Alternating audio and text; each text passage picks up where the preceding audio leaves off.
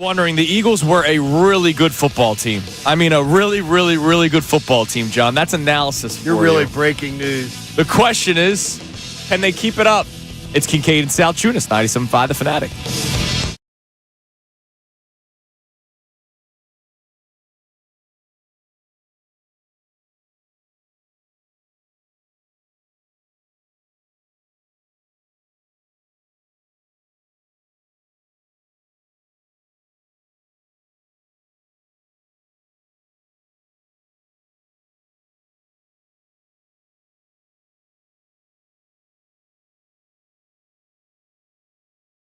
Wednesday morning, Philadelphia. Manager Salciunas alongside my man John Kincade. I hesitated because I didn't know what day of the week it was. Really? You're sort of a little lost at the moment?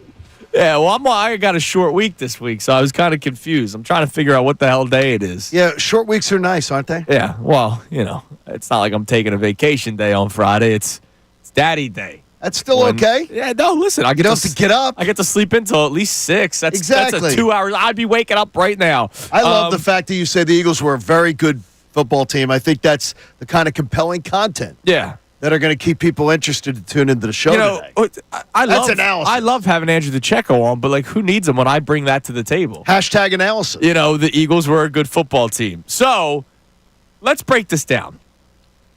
If you're on offense, we start there. Yeah. The Eagles had arguably the best offensive line in all of football. Yeah, Across the absolutely. board.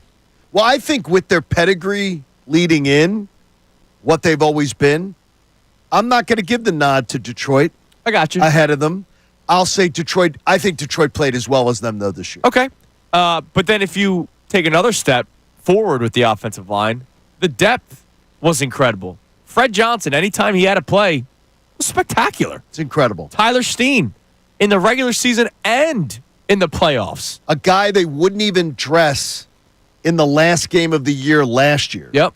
is a guy that by this year they counted on numerous times. Yeah. And he did a fine job. You had Landon Dickerson for a half play center in a playoff game. Now his natural position, Yep.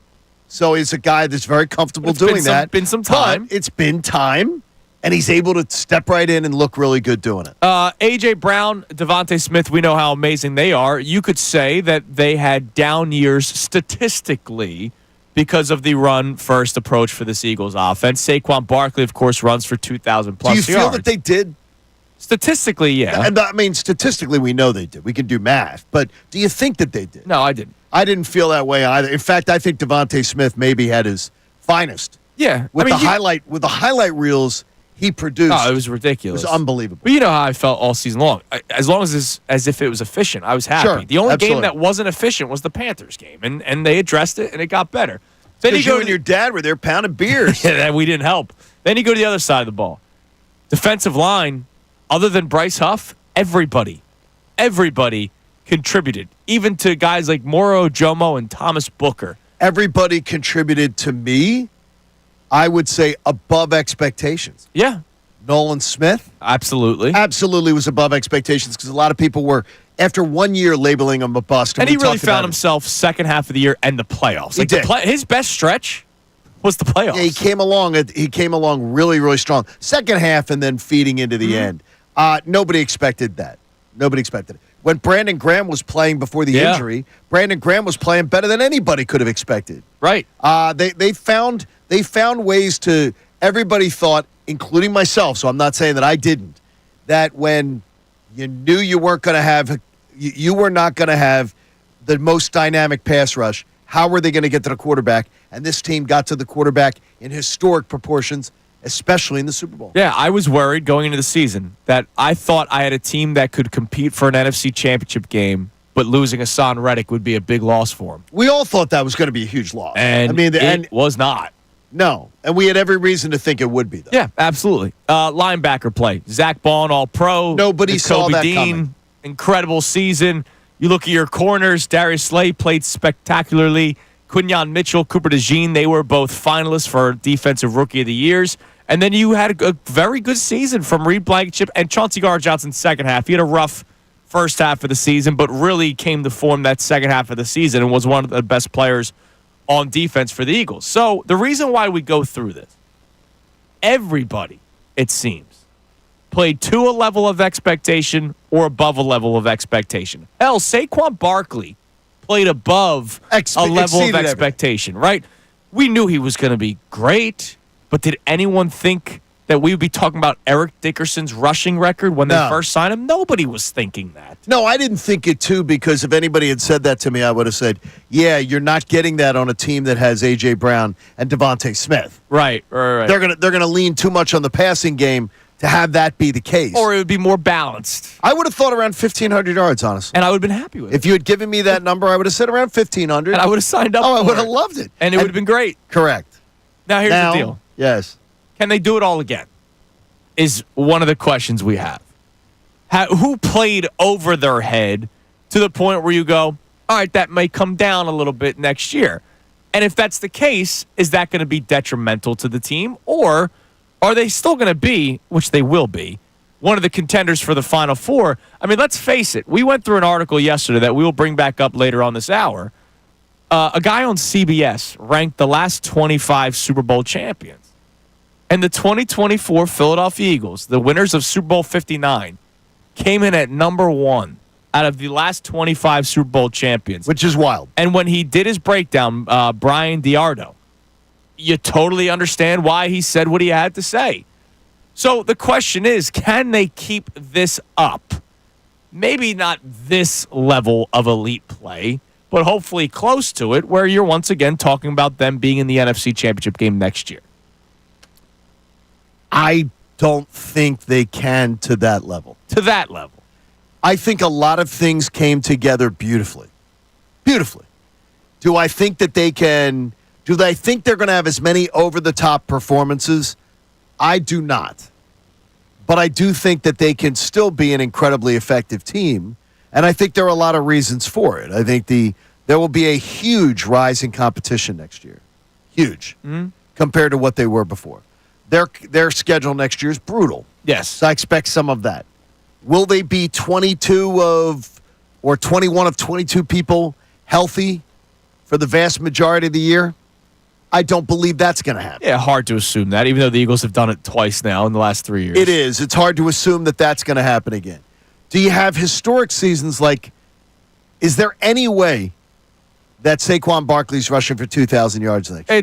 That would be difficult to accomplish. I'd find it incredibly hard to believe. Because it's hard the following year. So I just look at it and say, yeah, I don't know that they could ever get back to that.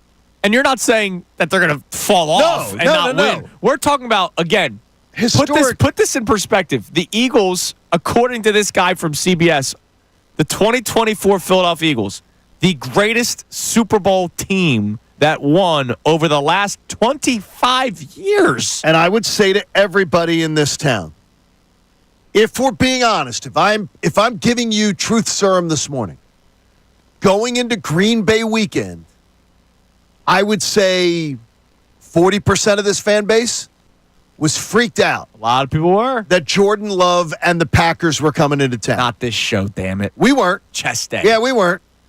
The Rams scared me the most of the three opponents. We still had them winning. And we had them winning. And then the Commodes came into town, and nobody was sweating the Commodes unless you were buying into Jaden Daniels is really ready to be Michael Jordan. By the way, that doesn't determine what I think Jaden Daniels is going to be in the future.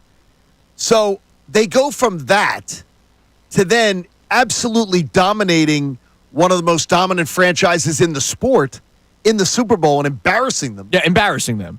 If anybody says they saw it coming, nah. Yeah. And when you hear somebody say it's the greatest Super Bowl team of all time, it still is hard for me to consume because we had a bunch of Chicken Littles in our own town 5 weeks earlier telling me, ooh, Jordan Love's coming to town. Oh, we're worried about that.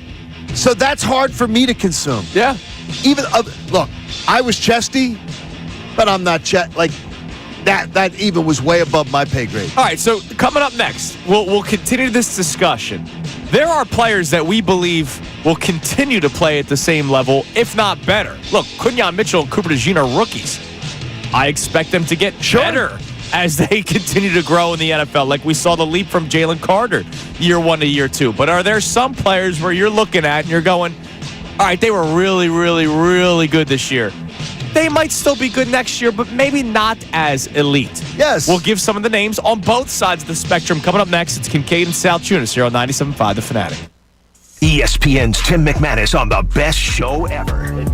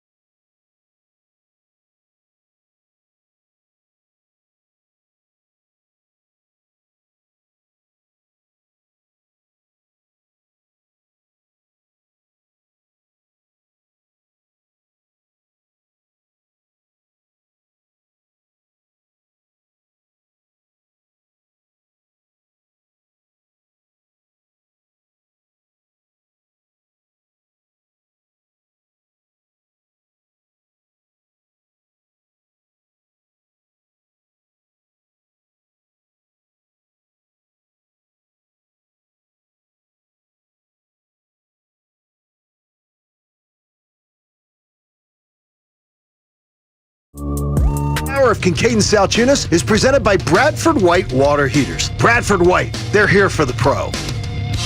It is 6:14 here on Kincade and Salciunas, 97.5 The Fanatic. Can the Eagles do it again? And I'm not even going to say at the same level. We just mean near the same level. The Philadelphia Eagles had a lot of guys, basically all 22 starters, play above levels of expectations. And we haven't even gotten to Jalen Hurts because his season was so different in terms of style of offense. And we'll get to Hurts coming up in a little bit. But because I expect him to probably be better next year. Honestly, if they ask him to throw the ball more, and again, a lot of it comes down to statistics, right? Like A.J. Brown, Devontae Smith, their numbers will probably go up next year if Saquon's go down, not because he's ineffective. Maybe they want to, maybe they want to make sure that he's healthy come playoff time, and they're not having him run 25 to 30 times in a game. I'd expect the only thing is that I'm not sure Nick Sirianni ever changes his philosophy of whatever it takes to win that game that day. But I also wonder if after seeing what Spags had happened to him, by the way, his 2 worst playoff performances ever as a DC against Jalen Hurts. Yeah, it's amazing, isn't it? Which is crazy. That now people are going to say, well, we cannot sell out to stop Saquon Barkley. Right. Clearly doesn't work. That was the Chiefs were arrogant enough to think they could do it. It didn't work. Yeah. So I just wonder how opposing teams are going to, everybody's going to get in the film room and they're going to try to figure out how to slow down the Eagles or how to beat the Eagles. I don't think there's anything you can do in the film room when my offensive line beats the crap out of your defensive line. Absolutely. Like, I don't think whether you're you can study all pushing you or want. pass blocking, it You doesn't can matter. study all you want, but I don't think anything's going to think. What I do think people are going to figure out ways to do is either how they can do the tush push or how they can better defend the tush push. Right. I think something like that may happen. Which, by the way, did you see the Chris Jones technique that clearly didn't work? Oh my gosh, He lined up sideways, and that's the play he got his neck hurt on because Correct. they immediately just turned his head to the left. Right. Don't do that. No, for your don't own do that. safety. You know what's great for you when a train is coming on the tracks is lay down sideways in front of Yeah, it. put your head in front of it. See what are you happens. doing, my guy? It is interesting, though, is that there were a lot of things that the Kansas City Chiefs thought they had figured out. And none of like it Chris worked. Jones. Yeah. They thought we figured something out here. This is going to work.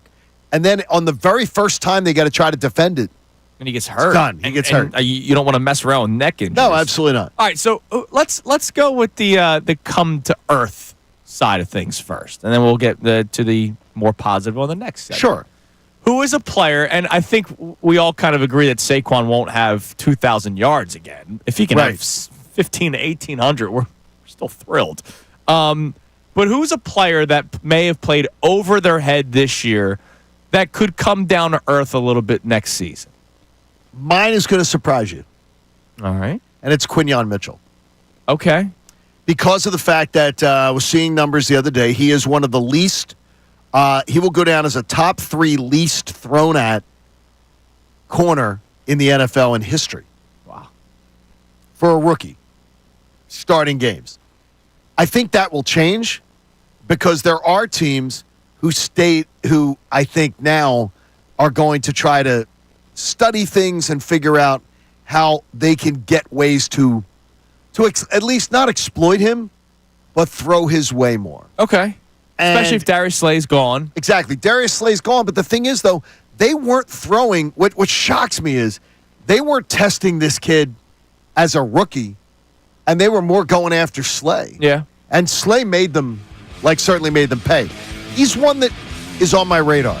Okay. And I don't expect him to have huge slippage, but I do expect him to be targeted more next year. And anytime a guy is tested more and targeted more, Yeah. they're going to have slip-ups. Every once in a while. Absolutely. So coming up next, Connor and I will each give one. Then we'll also do the guys that will continue to play. Sure.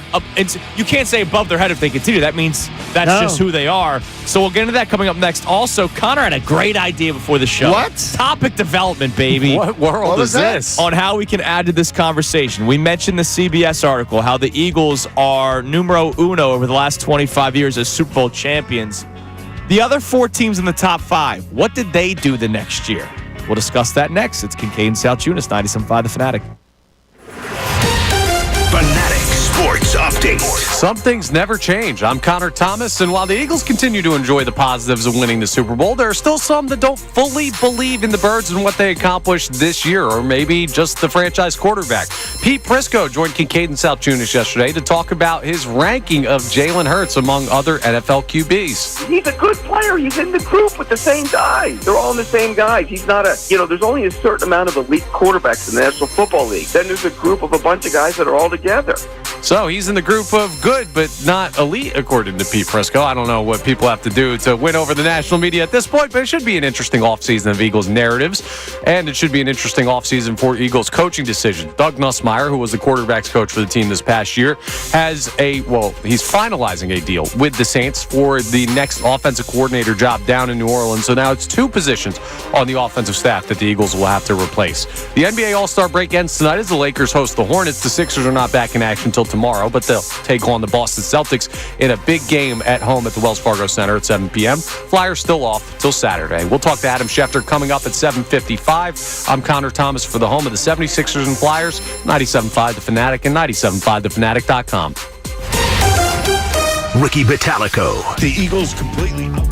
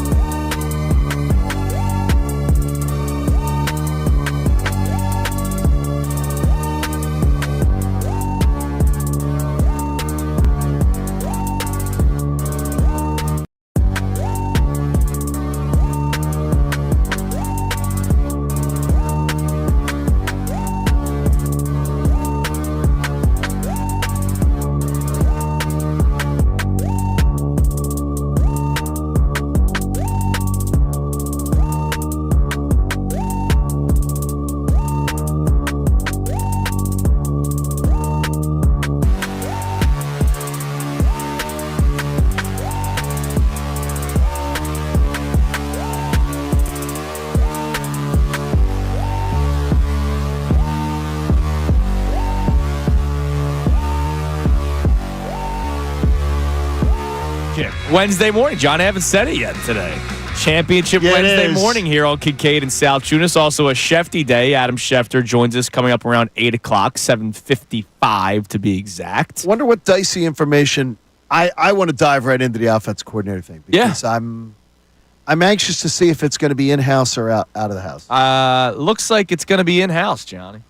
At least that's what's being reported, and we'll get to that later on in the 7 o'clock hour. Sounds a little creepy to me. Around 7:10 specifically. Little creepy to me. When we play you audio from another ESPN reporter, Jeremy Fowler. Little creepy to me. That's all I'm going to tell you. All right, so I'll give you a name that I will keep an eye on as to a player that might come down to earth a little bit next year. You said Quinyon Mitchell, and you're not saying he's not going to be dominant. I'm just saying is His year was ridiculous. He was this runner-up for Rookie of the Year and Defensive Rookie of the Year. And honestly, the person that probably doesn't vote for him is because he had 0 picks. correct. Like that's honestly, if he had 1 or 2 interceptions, he probably wins the award. Probably changes it for him. I can't help but think Zach Bond comes down to earth a little bit. Stole mine. Like I can't. Well, he gets to go first. His name's on the show. That's Damn true. right, man. Even though you're in the promo and you also have a lot to say about You do have a lot Philadelphia to say. sports. Too much, some would say. Look, Zach Bond was a finalist for Defensive Rookie of the Year. He was an Defensive Player of the Year. Defensive Player of the Year, sorry. All-Pro.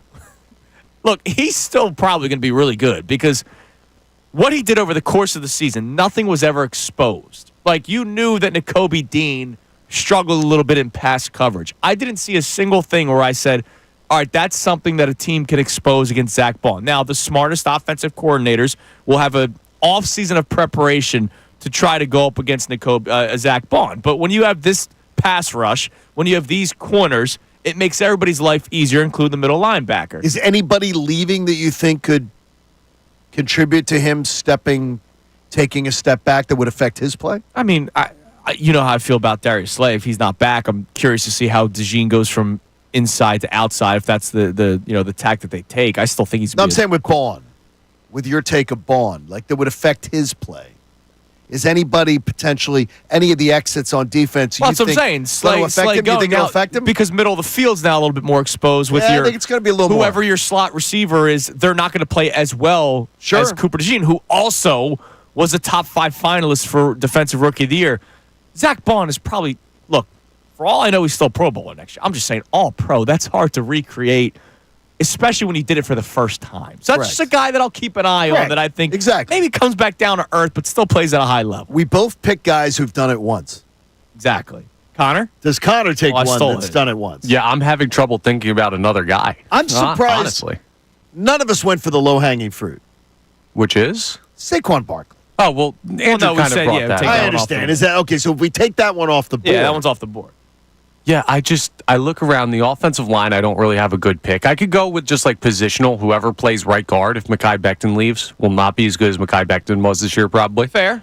But wide receiver, no one's taking a step back. No.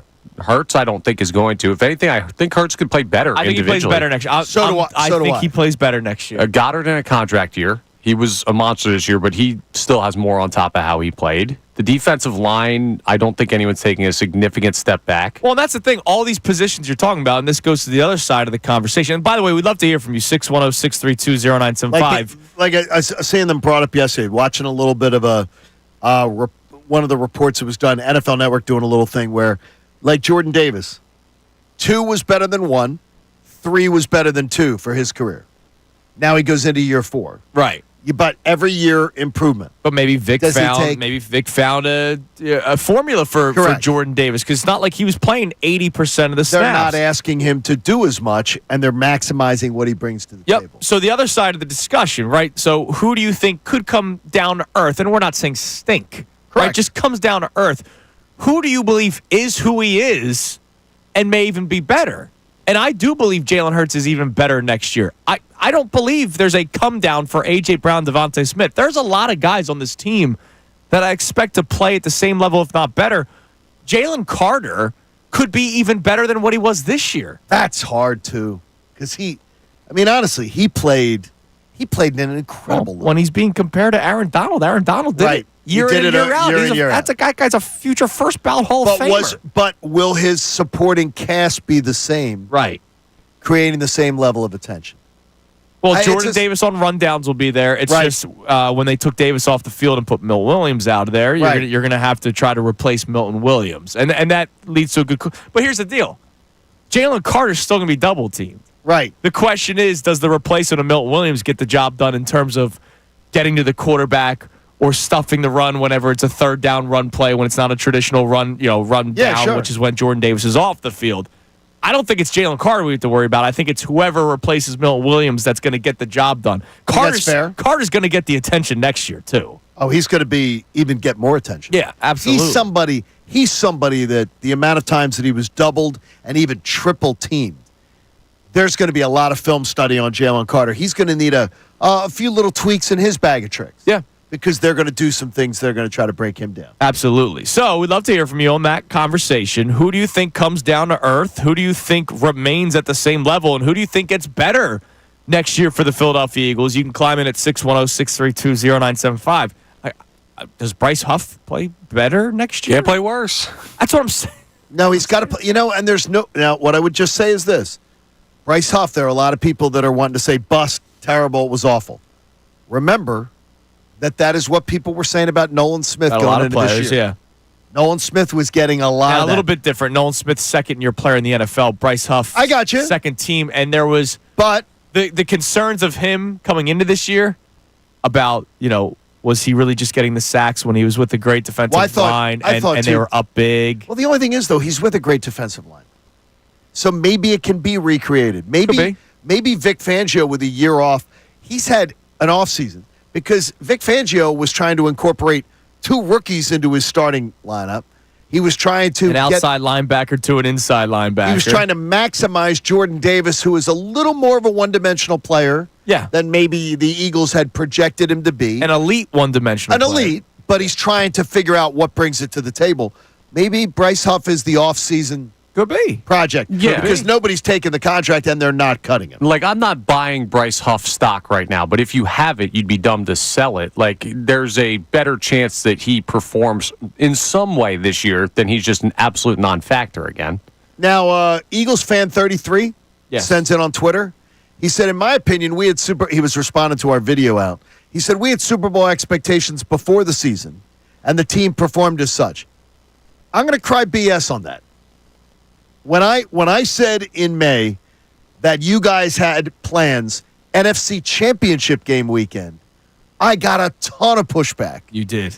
And we could go back to the social media posts, and I got told, put down the pom-poms. Dude, how many times did I say? I uttered the words, "We are the beacon of light in Right. Philadelphia." Well, we were getting right now. trashed We were for it. getting trashed for being positive. And all I was saying is, I see this team as a Final Four team. By the way, I did not project them to win the Super Bowl. I did not project them to be one of the greatest teams in NFL history, honestly, that won a championship. I didn't see that coming in the summer. Super Bowl expectations, I think maybe 20% of the fan base actually could say that. Eagles fan 33 may have been one of them. Yeah, But absolutely. I do not believe that was certainly not. We can go back to our own social Yeah, we media. got a lot. I got trashed for saying that I guaranteed they'd be in the NFC title game. A lot of pushback. All right, so before the show, Connor asked an interesting question. It's a first. On CBS, we mentioned this earlier in the show, and we did this yesterday. His name is Brian Diardo. Okay? He put together the last 25 Super Bowl champions, and then he ranked them. Yes. And the Eagles came in at number 1. So Connor asked the question, what did the other 4 teams in the top 5 do the next season? Oh, Connor, Which that's is an pretty observant on interesting your question. Every once in a while, I get one. So, number 5 part. All right. won't be an answer that you would like to hear, I think. The 2020 Bucks did not make it the next year. Kind of a mercenary squad with the whole Brady bringing in free agents and thing. I will go there with you. If you're trying to spin it positively, I agree with you. 2014 was the Seahawks with the Legion of Boom, and they were back the next year. They lost only because Of a horrible play of a horrible play call. So they did get back to the Super Bowl the very next year. Okay. Number 3, the 2016 New England Patriots, who They also. made it back the next year, lost. Did Lost. they make it back? Yeah, they went did. back. Who'd Yeah, they they made play? it. Yeah, the Giants. No. No. Oh, no. It Philadelphia was the Eagles. Eagles. That was the Eagles one. Okay, I'm wrong. Number 2, the 2019 Kansas City Chiefs, who made it the next year. They just lost to the Bucs, but they made it back to the Super Bowl. So the other 4 teams within the top 5, the 3 of them made it back to the Super Bowl the next year. That's a pretty good class to be in. That's a great class. Now, none of them won it. I don't care about that. Listen, I'll take Dave. my chances when I see You get my back team to, get you back to the there. Super Bowl. You get back. Right. Hey, no, it's a good study. I like that. No, Good but that's really save. a good grab on your part there, Connor, to think about it. I agree with you with the Bucs thing. Like, that was a team that was put together very well with the greatest quarterback in the history of the NFL. It's like Right. when the Rams won it. You're not looking at the future of that team, right? Correct. Right, you were 'Cause they just sold looking at out. them winning. They yeah, were the exactly. F them picks Rams. And if I go back the year before, or the 6th team, Indianapolis Colts, not so good. 2006, and the next year they lost in the divisional round. So we'll just stay top 5. That's why they're not top 5. We'll just stay That's with really good, though.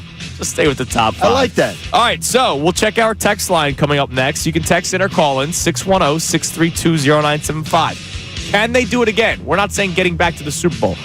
Can the players that played at an elite level, many of them above their heads, do it again next year? Is that who they are? Do they come back down to earth a little bit? And when they do come back down to earth, is it detrimental to the team? And who do you believe is better next year? Let's talk about Jalen Hurts a little bit in the coming segment. It's Kincade Salciunas, 97.5 The Fanatic. Tyrone Johnson. Nick Sirianni clearly had the guys on the razor's edge, ready to go out.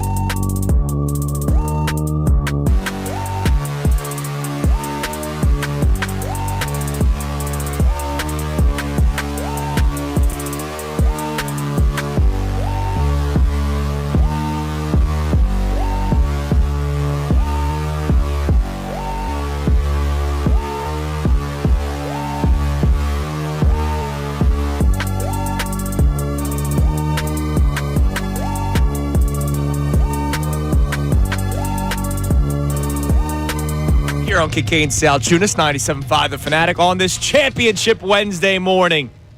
It still feels good to say. All right, we will check the text line here. You can text the show, call the show 610-632-0975. Our topic for you to discuss with us today, can they do it again? And no, we're not just saying can the Eagles win the Super Bowl again. Can some of the players, or all of the players really, because every single player on this team seemed to have a great season. I mean, let's face it, the one guy that had a bad year was Jake Elliott. Right? When it came to the 22 starters in the Super Bowl, everyone had a great season. And I'm saying in the Super Bowl, not week one, which obviously Bryce Huff was a starter, Avonte Maddox was a starter. I'm saying the 22 starters for the Philadelphia Eagles on Super Bowl 59, all 11 on offense, all 11 on defense, had a great season. Special teams was really the only one. I don't know. And it was Jake Elliott when he counted most. I know he had an incredible game in the Super Bowl. I defended my boy all year. I know you did, and I'm very proud of you. Even though Jake Elliott victory lap. Even though he had a very bad season, can they do it again? Can Saquon Barkley play the way that he did this year? Next season, the offensive line, the receivers, the tight ends, the quarterback, the defense, everybody. Can they do it again? So let's check the text line. And then we will get into Jalen Hurts because I do believe he will play better next year. And I think it's more so just statistically because I thought he had a great season this year. They did exactly what I wanted them to do. And that was to run first, play action. I'm old school. I don't give a freaking damn. I love that Nick Sirianni said we're a boring football team and we don't care that we're a boring football team. Boring football with the way this team was built won them games. But I do believe Jalen Hurts could do more if they asked him to do it. What do we have on the text line, Connor? All right, so an interesting thought, and we kind of got to this one a little bit, but Scott in Florida says, I know it sounds absolutely crazy, but I could see Jalen Carter having a bit of a down year, given his snap count was insane, and there's potential for Milton Williams to leave via free agency. Hopefully, Howie has a defensive tackle in mind in his draft class or free agency to supplement that loss if it happens. I don't think Milton Williams is a reason why Carter would come down to earth. I think it's a snap count. That one makes more sense, because here's the deal. Milton Williams, John Kincade, Andrew Salciunas, Albert Hainsworth. What? Very random group of names I just That really gave is you. one of these things is not, two of these things is not like the other. The opposing offensive lines will be double teaming Jalen Carter. It doesn't matter who's next to Jalen Carter. I think Milton Williams is the one who will see his production will go down. He goes. Correct. If he leaves the Eagles, wherever he goes, he will not be the same player he was this year. Yeah, that's the guy that will I'll be guarantee affected if we're talking statistically. Jalen Carter is going to be double teamed. It doesn't matter who he's facing. And I think I'd like to. I wouldn't mind seeing Milton Williams back. I would love to see Milton Williams back. He's going to get paid. He'll be affected by. He's benefited playing next to Jalen Carter. Yeah, a lot of guys probably will. Yes, for the rest of his career. For the rest of their career. I mean, look at a guy like Fletcher Cox, what he did for guys next to him. I mean, that's just the way it is. Well, I don't hate that thought process from our texter Scott from Florida, because if Jalen Carter continues to play the way that he's played through 2 seasons of his career, like if there is no fall off coming, he is Aaron Donald. No, he is. Like, he is Fletcher Cox. He is one of the great interior defensive linemen in the history of this league if he just continues to play at this level. So if you want to say that's why a potential fall off is coming, I get it. Yeah. I mean, look, the snap count one I will go with. The Milton Williams one, I just go, no, Milton Williams is going to be the one that's going to be the one that comes down to earth without having Jalen Carter next to him. All right, give us another text. All right, so we have another check-in here as far as that conversation is concerned. Rob from Lambertville is actually looking at the coaching staff, and he says, I hate thinking this way, but the leaving of Kellen Moore has me worried. Why are so many coaches looking to leave with him, too? Is anyone worried of the Nick offense going forward next year, trying to be positive that they can have the weapons as effective as this year? Well, why are people looking to leave? Hi, I'm Doug Nussmeier. I'm now an offensive coordinator. Like, that's why he gets a promotion by going to New Orleans Saints, sure. At least in terms of title. Is it going to be as Doug good? Doug Nussmeier was not going to be the offense coordinator here. Right, exactly, which is why he left. It's not he's saying, screw you, Nick, and screw the Eagles. He's saying, I want to be an OC. He has a long-time working relationship with Kellen Moore. So there's a personal relationship there. Yeah, exactly. I'm going to get a head coaching job. And most of these times when these assistants make their rise up to a head coaching job, they've got buddies along the way that they say, well, when I'm a head coach, I'm bringing I'll you hook with you me. up. Yeah, just like maybe Nick Sirianni and Kevin Patullo, who we'll talk about coming up in a little bit. Now, how about Jalen Hurts? I believe that Jalen Hurts will be just as good in terms of having a very efficient season. I just think he's going to be better next year because I don't believe Saquon's rushing for 2,000. So take away, I don't know, take away 400 yards. So he rushes for 1,600 yards. Add that to Jalen Hurts' total. You know what I mean? Like, I think that's going to be how it is next year. Tom Brady in 5 years, in his first 5 seasons, went to 5 Super Bowls. I mean, went to 3 Super Bowls, and he was able to. He was not the reason they were winning Super Bowls. He wasn't holding them back, but he was a game manager type of quarterback. He developed into being this more dynamic passer as time went along, as education went along, and everything. 26-year-old Jalen Hurts, I have zero doubt that it's going to be his best year next year. Yeah. I just think it'll be, as barring major injuries to people and everything like that. Yeah. So it'll be his best season. Hurts played in 15 games this year, right? And obviously one of them he left. I do early, worry about early that. on. The injuries. He's played in 15 games now 3 times in his career, 17 once, and then obviously his rookie year he didn't. In 2021, when he played 15 games, he attempted 432 passes. In 2022, he attempted 460. This year, he only attempted 361. Now, again, he leaves the Commanders game early, but add 20 more pass attempts in that game? Yeah, add 20 more. He throws for 381 pass attempts. Maybe it's around 400 next year. I don't think it's 460. I don't think it's 430, but I don't think it's 360. See, now I think it's going to be more. I agree with Johnny. Because of the fact that at Kansas City, at Buffalo, Fair. There are going to be games next year where you are trailing, or you're in shootouts, where you have to move up and down the field and be able to have that. That's not why I think it is. Why do you think? This is going to turn into more of a Saquon Barkley discussion than a Jalen Hurts discussion. Let's talk about how we're talking about Derrick Henry. All those touches, all that usage this year, and the aging running back. Your thought is maybe an injury, maybe tread on the tires. You're a little bit weak in that. The Eagles are going to look at Saquon Barkley and say, how do we use other guys on this offense to protect him in a year after a year where he had his most usage by a mile all time? Yeah, absolutely. And that's going to be Hurts. And that's why I think if you take away 400 yards rushing, you add 400 yards passing, and instead of 2,900 yards this year, he finishes with 3,300, which is right around his average. His 17-game average is 3,200 yards. Perfect. I think he just gets back to that I'm next fine year. with that. I think he's even better. I would think he gets more touchdowns next year. Who, Saquon? Yep.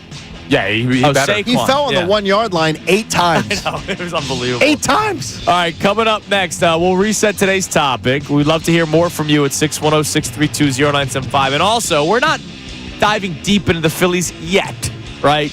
We're still coming off of a Super Bowl. But an interesting article I read about the Phillies rotation, and Rob Thompson continues the media tour for a player. It's Kincade Salciunas, 97.5 The Fanatic. Fanatic Sports Update. No love for Hurts. I'm Connor Thomas, and while the Eagles are continuing to enjoy the positives of winning the Super Bowl, there are still some that don't fully believe in the Birds and what they were able to accomplish, or maybe some individual players.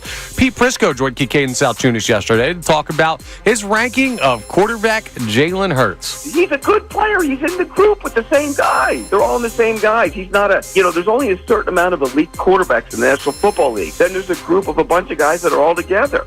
So not elite yet, but just good. Interesting for a guy that took home Super Bowl MVP. But it should be an interesting offseason of Eagles narratives. The more important piece of news, Doug Nussmeier and the Saints are finalizing a deal for him to become their new offensive coordinator, the former Eagles quarterback's coach from this past year. Looks like he'll be moving on as well. So a couple coaching positions to fill.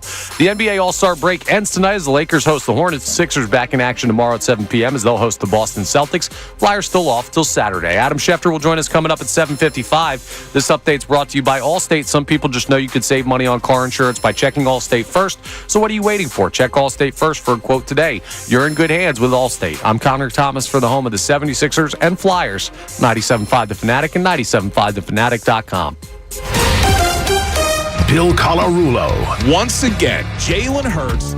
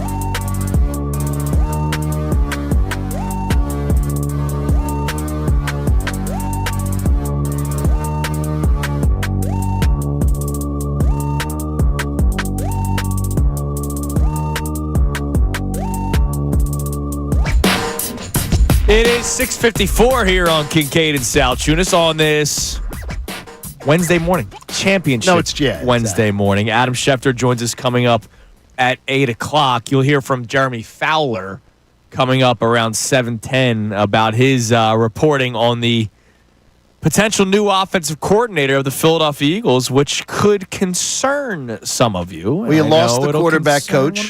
Yes, Doug Nussmeier is gone. He goes to the New Orleans Saints. Now you lost Paganetti, the run game coordinator. Yep. So you're starting to lose some guys, and look, that happens. Sure. Obviously, every time you win, it's about replacing them. And look, run game coordinators, I expect Jeff Stoutland. I thought Stoutland was the run game coordinator. Paganetti has that exactly sort of title. Yeah. Okay, gotcha. But that's why I'm not worried about him so much. I'm not worried about it, yes. But the OC job is something that we're going to have to keep an eye on until they hire somebody. And there is a leader in the clubhouse. We'll tell you about that coming up in a little bit. But again, here's our topic today. We'd love to hear from you on our text line or phone line at 610-632-0975.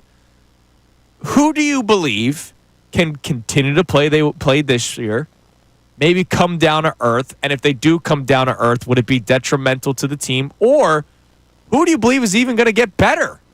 Like a guy like Quinyon Mitchell, you mentioned, John, you think he could come down to earth. Sure, and I still mean play at a high level. Right, like is it detrimental to the team? No.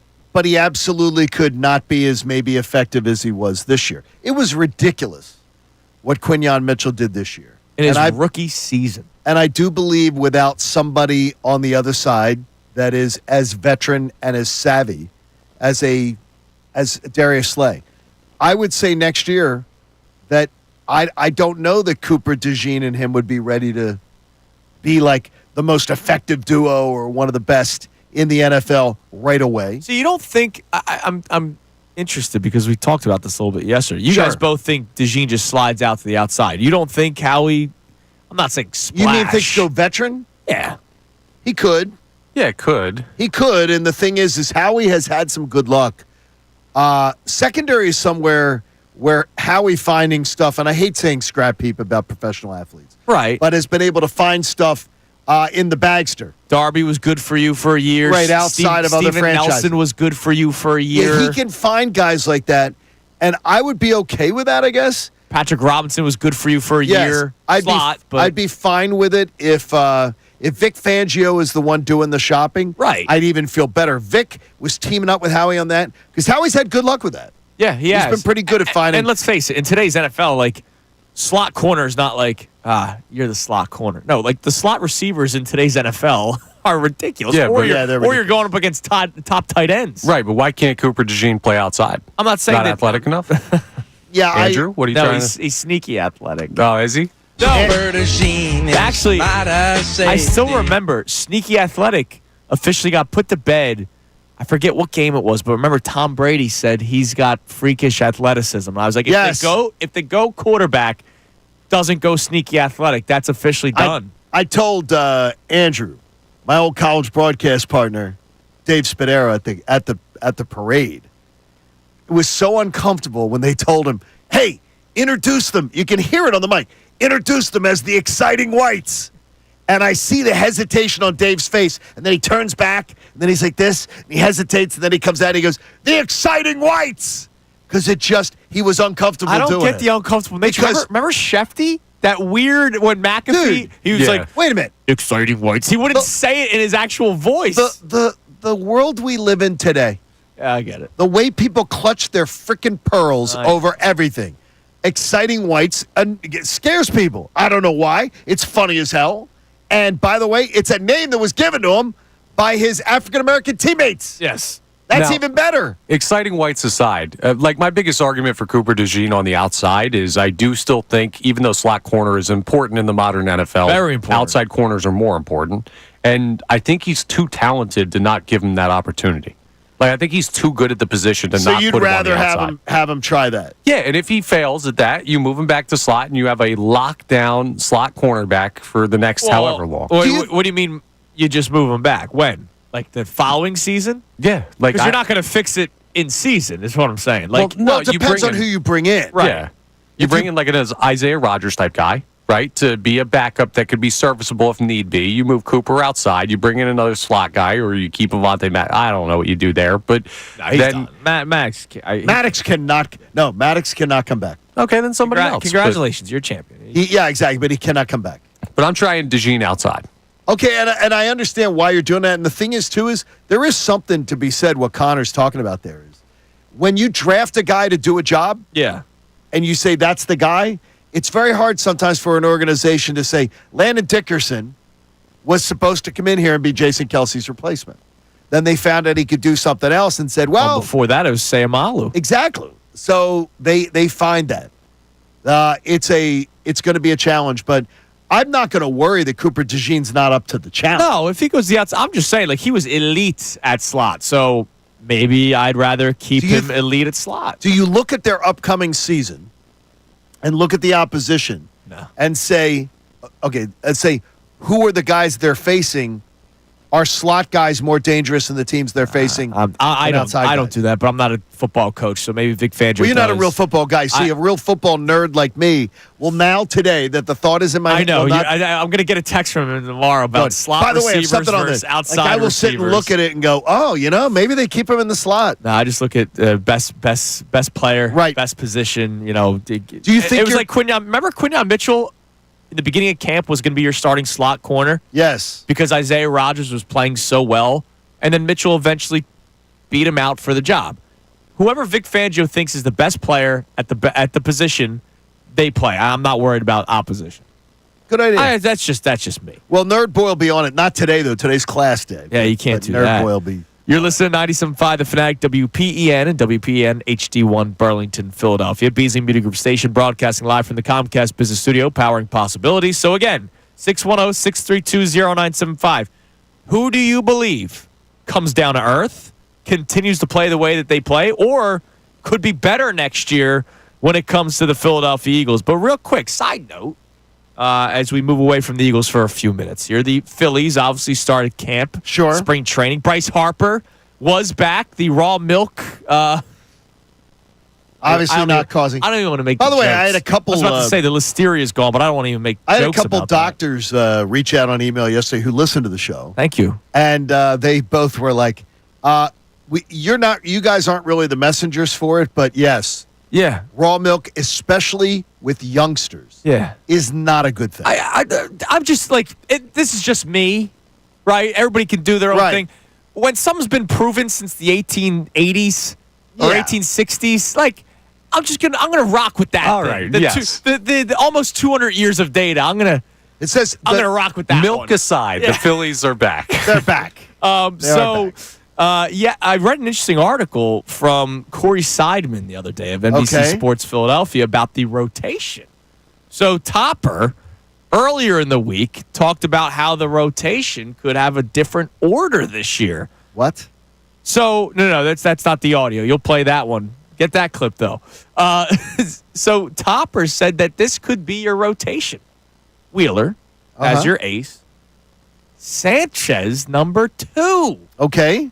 Nola 3, Luzardo 4, Suarez 5, because Rob Thompson wants to break up the righties instead of going Wheeler, Nola, and then 3 straight lefties in Sanchez, Luzardo, Suarez. 2 and 3 starters get the same amount of starts, right? Yes, So, but who cares, right? this thing You know goes what I mean? come playoff time. Oh yeah. Your game 1 starter is Zach Wheeler. If Your game 2 starter is Christopher Sanchez if he pitches well. if he pitches well during the course of the year, and Sanchez is a guy. Gosh, the subject we were talking about with the Phillies, Christopher Sanchez is one that is he as good as he was last year? I think he's gonna be good. His length, I think, plays a big role. His velocity's increased. That changeup that he has is ridiculous. It's one of the best pitches in baseball. Yeah, But I think are you of the belief that he ascends to even an at least minimal sustains this past year? I'll say this. Or goes to another level? I don't think. Remember Suarez through the first 2 months? He was 10-0. I don't think he does that. Right. But if he's giving you a 3.2 ERA, Who Suarez? Sanchez. Oh, Sanchez. Of course I'm taking. No, I mean, is it? I just wonder about. I wonder about him, and I wonder about Suarez too. Mama's been in town last year. He puts on at least 20 pounds during the season, gets injured, puts on at least 20, and sees his production fall off the right. map. And so now, Now his wife's been here all year. He's had a Right. chance to ease into that. Hopefully, I want to see him when he comes to camp. How he's looking. well, what's amazing is that's your number 5. You're through the first 2 months of the season. Cy Young wasn't he favorite at Yeah, one point? He was 10-0 in June. He was the favorite to win Cy Young. He's now your number 5 starter. And I think that's the message, is that they're not re-signing him. I think that's what that's meant to be, is the Could be. message. He's not going to be re-signed. So they're considering. In fact, people keep saying, well, where would Andrew Painter actually fit if he starts really pitching after the All-Star break as a part of this team, and they ramp him up so he's ready for the fall? I think it would tell you that they would consider something they were shopping for. Maybe a contender would want. Could be. Or if you're trying to win this year, right? You go, you know what? We're going to use Ranger as that Swiss Army knife again. He's shown he can do it. He could Goes start. to the pen. come in out of relief. Obviously that would probably suck if you're Ranger Suarez, but if you're winning, you're winning. Now, the other thing, I do want to play this clip for you. So the media tour. Now, they're doing the right things. They're supposed to say all this stuff, but we talked about it yesterday. Alec Boehm. Yes. Great attitude so far this spring. Here was Rob Thompson yesterday talking about Boehm.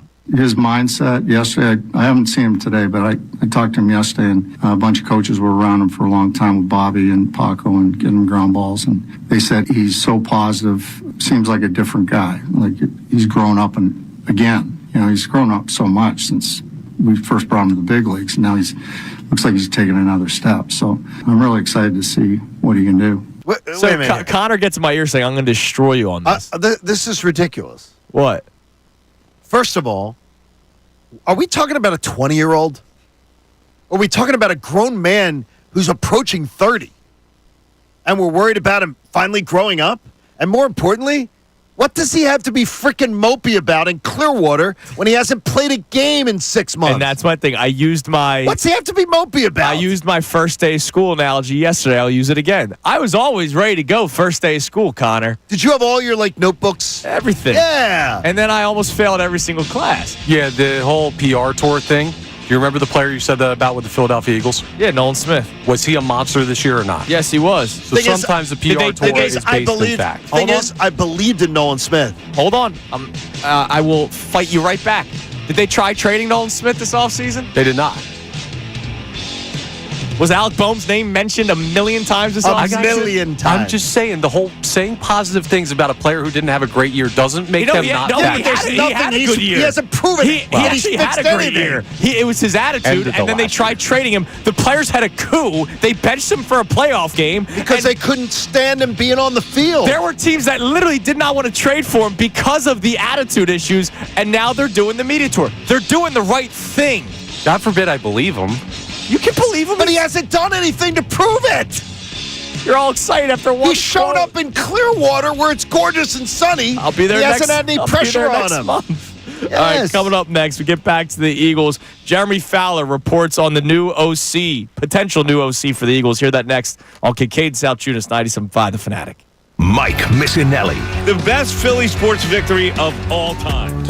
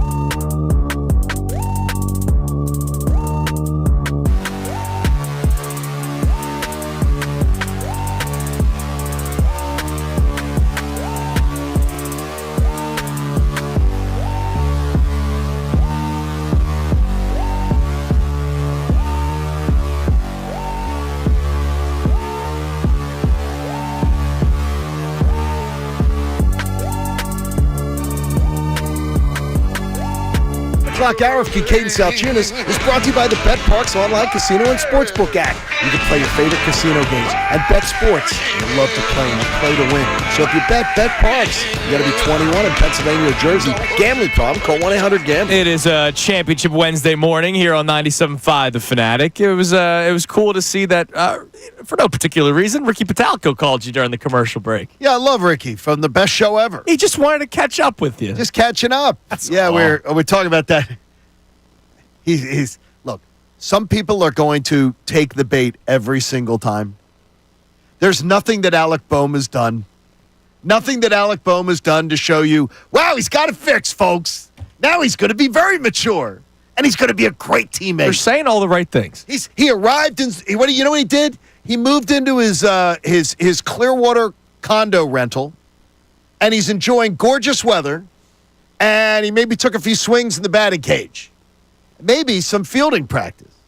That's all he did. He unpacked his locker. Dude, by the way, I'm not saying he's going to stink. No. I'm just saying the media tour of... Oh, wow, he's totally changed. Different attitude. We'll see. He's had no... I mean... I need to... How much time did Rob Thompson spend with him during the offseason to know... He hasn't even talked to him this season. Right. He has no pressure. He's faced no pressure yet. That's when Alec Boehm breaks. I got you. But all due respect to the organization I'm about to compare the Phillies to, if the Sixers were to come out and tell us something right now, my immediate reaction would be BS. Right? Like, that's just where they're at with this fan base. Of course. With the Phillies, if they were to come out and tell us something, I'm inclined to believe what the Philadelphia Phillies have to say, because organizationally, they've been upfront, they've been honest, they've looked themselves in the mirror. But he hasn't done anything to prove to you. I'm always a context guy, right? If they told me that Bryce Harper's immune system is totally fine, and that raw milk thing was just like a thing online, I Blip go, on the radar? all right, I hear you. Boehm was literally benched in a playoff game last year. By his teammates. Right. And then they tried to trade him, and it didn't Nobody happen. wanted him. I believe it was the Royals that a report straight up said Came closest. but they decided, because of the story about him getting benched in the playoffs, freaked them out a little bit, because they're a team on the rise. They have a lot of young talent. They don't want to maybe bring in an attitude like that. Who wants Mopey Jones? Like, who wants that? Yeah. And more importantly, the things that Alec Boehm has had issues with, he hasn't had any. No one has any idea whether he's fixed it. Tell me when he goes on a 1-for-13, right, and he has 7 strikeouts. That's when we'll find out if he's actually changed any of his act. I still think he's a good ball player. He's a good ball player. I've been looking for a replacement for a couple of years for Bowman. I have been. Like, I'm not afraid to admit it. Like, sure. I'm still kind of disappointed that Alec Bregman is not on the Phillies. But they're running it back, and he's gonna drive in 90+ runs. He'll do, Tom. He's gonna have another good season.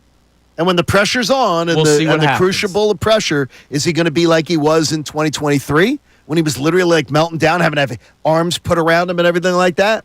Yeah, like, professional players don't want to have to coddle last year when they were grown men. When they were up 10-0 in a ball game, they had to coddle them. It's a fair question that you guys have. It's fair, like, skepticism that you guys show. But when I hear that, my immediate reaction is like, how would they know that now? Because Rob Thompson would never lie to you. I'm not saying that. I'm saying I'm not going to immediately be like, this is a PR tour. I'm also not going to immediately say he's fixed. I don't listen. One of the clips that we didn't play is that Taijuan Walker is back. Oh, yeah, Taijuan Walker's back, baby. You know why they're doing that?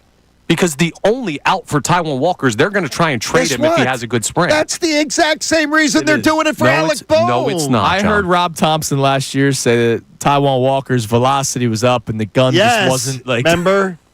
Remember that? Yeah, because they're trying to move a guy who's got too much money on him. Did they not try to move Boehm? They tried to move Boehm everywhere. It's a different situation, guys. Do not compare Taijuan Walker to Alec Boehm. I'm not going to. I'm just saying. You guys just did. No, they're saying because they tried trading him. And they publicly tried to move him all over Major League Baseball. It's going to be a long damn summer. I mean, it is. Look, it's great. There's nothing. The problems that Alec Boehm has in Connor, which is the big thing, the problems he's had No one could know on February the 19th whether Right. he's fixed them. Yeah, don't give me long damn He's summer. not under any what pressure did he have? In May, he's going to drive in. I'm expecting him to play Right, well. They So didn't do I. say he's going to produce in the postseason. They said he's in a better mood now than he's been in the past. He hasn't had any. There's no reason not to be in a great mood. I guarantee you, when Chunas gets his backside off that plane down to Tampa, I'm gonna be in and the then mood, rolls baby. over to Clearwater, I'm gonna get text every day going, "Dude, this is heaven." I'm gonna go. I got my feet in the sand. It's I'm gonna go beautiful. The weather's great. Coco's, get an orange crush. Oh, you're gonna love Get it. some grouper. You're I gonna got love you. it. We don't Get some know if Gator Alec bites. Boehm was in a mood the last times he's been His at spring relationship, training. his No, but relationship's now public. Maybe that helps. Could be. Maybe it does help. Maybe it does Could help. be. The We We don't relationship's know. now public. I'm going to trust the manager. Those O'Hara girls, Real quick, they back can to change your life. as my buddy Robbie would say. Let's get it back to the Eagles. Doug Nussmeier is the new offensive coordinator of the New Orleans Saints. So that's one name off the list of the OC job. Wasn't on my list, so I'm fine. I don't with think it was on anybody's list. Yeah. But And he was on, by the way, Nussmeier was on no other NFL team's list. yeah, Kellen, like you said, Nobody was trying to poach They him. have a relationship Yes. from previous time as well. Here was Jeremy Fowler on ESPN yesterday talking about that there is a clear favorite. What are the Eagles doing at OC? Yeah, the parade's over. They got to fill a job now. So I'm told that they're going to probably line up interviews midweek, Tuesday or Wednesday. They're going to start getting that in order. So watch for pass game coordinator Kevin Patullo. He's considered a strong candidate. Some people around the league believe that he will eventually be the favorite for this job because he's been a right-hand man to Nick Sirianni. He's worn a lot of different hats inside that building over the last 4 years. So they certainly could reward him. All right, they could reward him. So coming up next, we're going to expand on this. How they could reward Nick Sirianni's right-hand man. We'll discuss that more coming up next. Also, I think we need to help the people out today, John. Okay. I think we need to prepare ourselves, but by doing so, we'll also prepare the people. All right. Because the anti-Eagle, anti-Hurts propaganda is already happening. It hasn't been 2 weeks since they won the Super Bowl. We're going to prepare you for what is to come next. It is Kincade Salciunas, 97.5 The Fanatic. Fanatic Sports Update. Another Eagles coach gone. I'm Connor Thomas, and Doug Nussmeier, who was the quarterback's coach for this past year's Philadelphia Eagles team.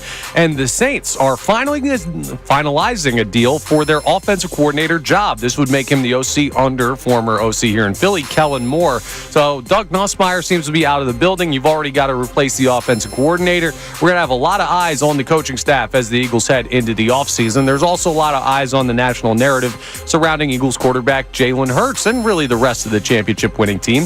Pete Prisco joined Kincade Salciunas yesterday to talk about his ranking of Jalen Hurts. He's a good player. He's in the group with the same guys. They're all in the same guys. He's not there's only a certain amount of elite quarterbacks in the National Football League. Then there's a group of a bunch of guys that are all together. So some people still don't have Hurts after the Super Bowl MVP was awarded to him in the elite category, but we'll see what the narratives are like this offseason. The NBA All-Star break ends tonight as the Lakers host the Hornets. Sixers are back in action tomorrow at 7 p.m. as they host the Boston Celtics, and the Flyers are still off till Saturday. We'll talk to Adam Schefter coming up at 7:55. This update's brought to you by Bet365. Whatever the moment, it's never ordinary at Bet365. Download the app today. I'm Connor Thomas for the home of the 76ers and Flyers, 97.5 The Fanatic, and 97.5thefanatic.com. Vacation? Business trip? Don't worry.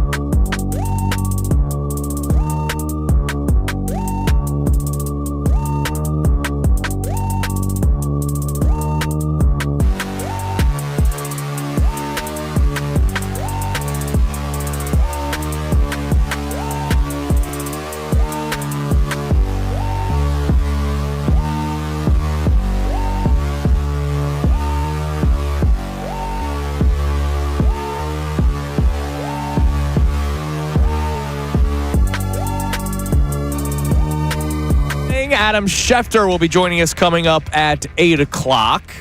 And, of course, when Shefty's on, we will ask him about the potential of a new offensive coordinator for the Philadelphia Eagles and whether or not Kevin Patullo is indeed the lead horse in the race. Jeremy Fowler, we just played the audio for you last segment, one of the great reporters for ESPN, said that Patullo is the favorite. They will be lining up interviews. I hated the end of the clip where he said Patullo has been Sirianni's right-hand man. They might reward him. And to me, reward, yeah. Reward pisses me off. No, earn. Did he earn the job? All right. If that's the reason that Kevin Patullo, hey man, you guys don't know what he was doing behind the scenes. He was a big part of it, and I know that's what's going to be said, but that was said about Brian Johnson. If you tell me that he earned the job, hell yeah, man. If you tell me he is being rewarded the job for being Sirianni's guy since Indianapolis, I'm sorry, man. I don't like that. I'm going to tell you I wasn't rewarded this seat. You weren't rewarded this seat. Connor wasn't rewarded. Well, I was. Yeah, you were. No, come on, dude. But you earned that damn seat. You've earned it. And the Seriously. the thing is, to me, after 2 times in a row, they've gone to a Super Bowl, lost their offensive coordinator, and by picking someone with inexperience, they ended up finding out they made a huge mistake. If they repeat that mistake, it is going to piss me off. I'm not kidding you. Well, look, he could be good. We don't know. He may be. Yeah. But the decision to do so is going to piss me off because I'm just a believer in it's best practices. Yeah, you don't like the process regardless of result. Yeah, I mean, I want best practices. And best practices is hiring people who aren't being rewarded. Right. Hiring people who have earned it, who stand out. Has any other organization come around and sniffed around Kevin Patullo? No. The answer is no. So to me, when good organizations like the Eagles have been a good organization for a long time, when they have talented people in-house, they tend to get poached because people hear their names, know that they're in the mix. The league talks, and they tend to get poached. Yeah, future head coach Stu Staley. No one's calling for Kevin Patullo. Yeah, I think that's slightly flawed logic because of what we just saw with Doug Nussmeier, though. Has anyone come sniffing about Doug Nussmeier until Kellen Moore? Because Kellen, the previous relationship. Yeah, but he's Kellen Moore's best. No, I got buddy. you. But like everyone has a best buddy in the league, so I do think there are times where guys just bring in guys that they like. Like we know the NFL is like a fraternity with coaches giving other coaches jobs. But the Eagles have fallen twice to doing that. Yeah. And it has been a failure. I'm not saying you're wrong. Some say third time's a charm, To Johnny. me, don't repeat the same mistakes you made. Right. I just think the blanket no one else has tried to hire this guy is not a foolproof way of determining if a guy's ready for a job. How about nobody has even interviewed him? Nobody's even like his name isn't a hot name around the NFL. His name is he's been Nick Sirianni's guy. By the way, Nick Sirianni doesn't call plays. Nick Sirianni doesn't design the offense. Because he told us 7 games into his NFL career, I'm not good at this. So I've decided that I'm going to let somebody else do it. Which I celebrated. No, by the way. Good for you for doing that. Yeah, I don't believe he.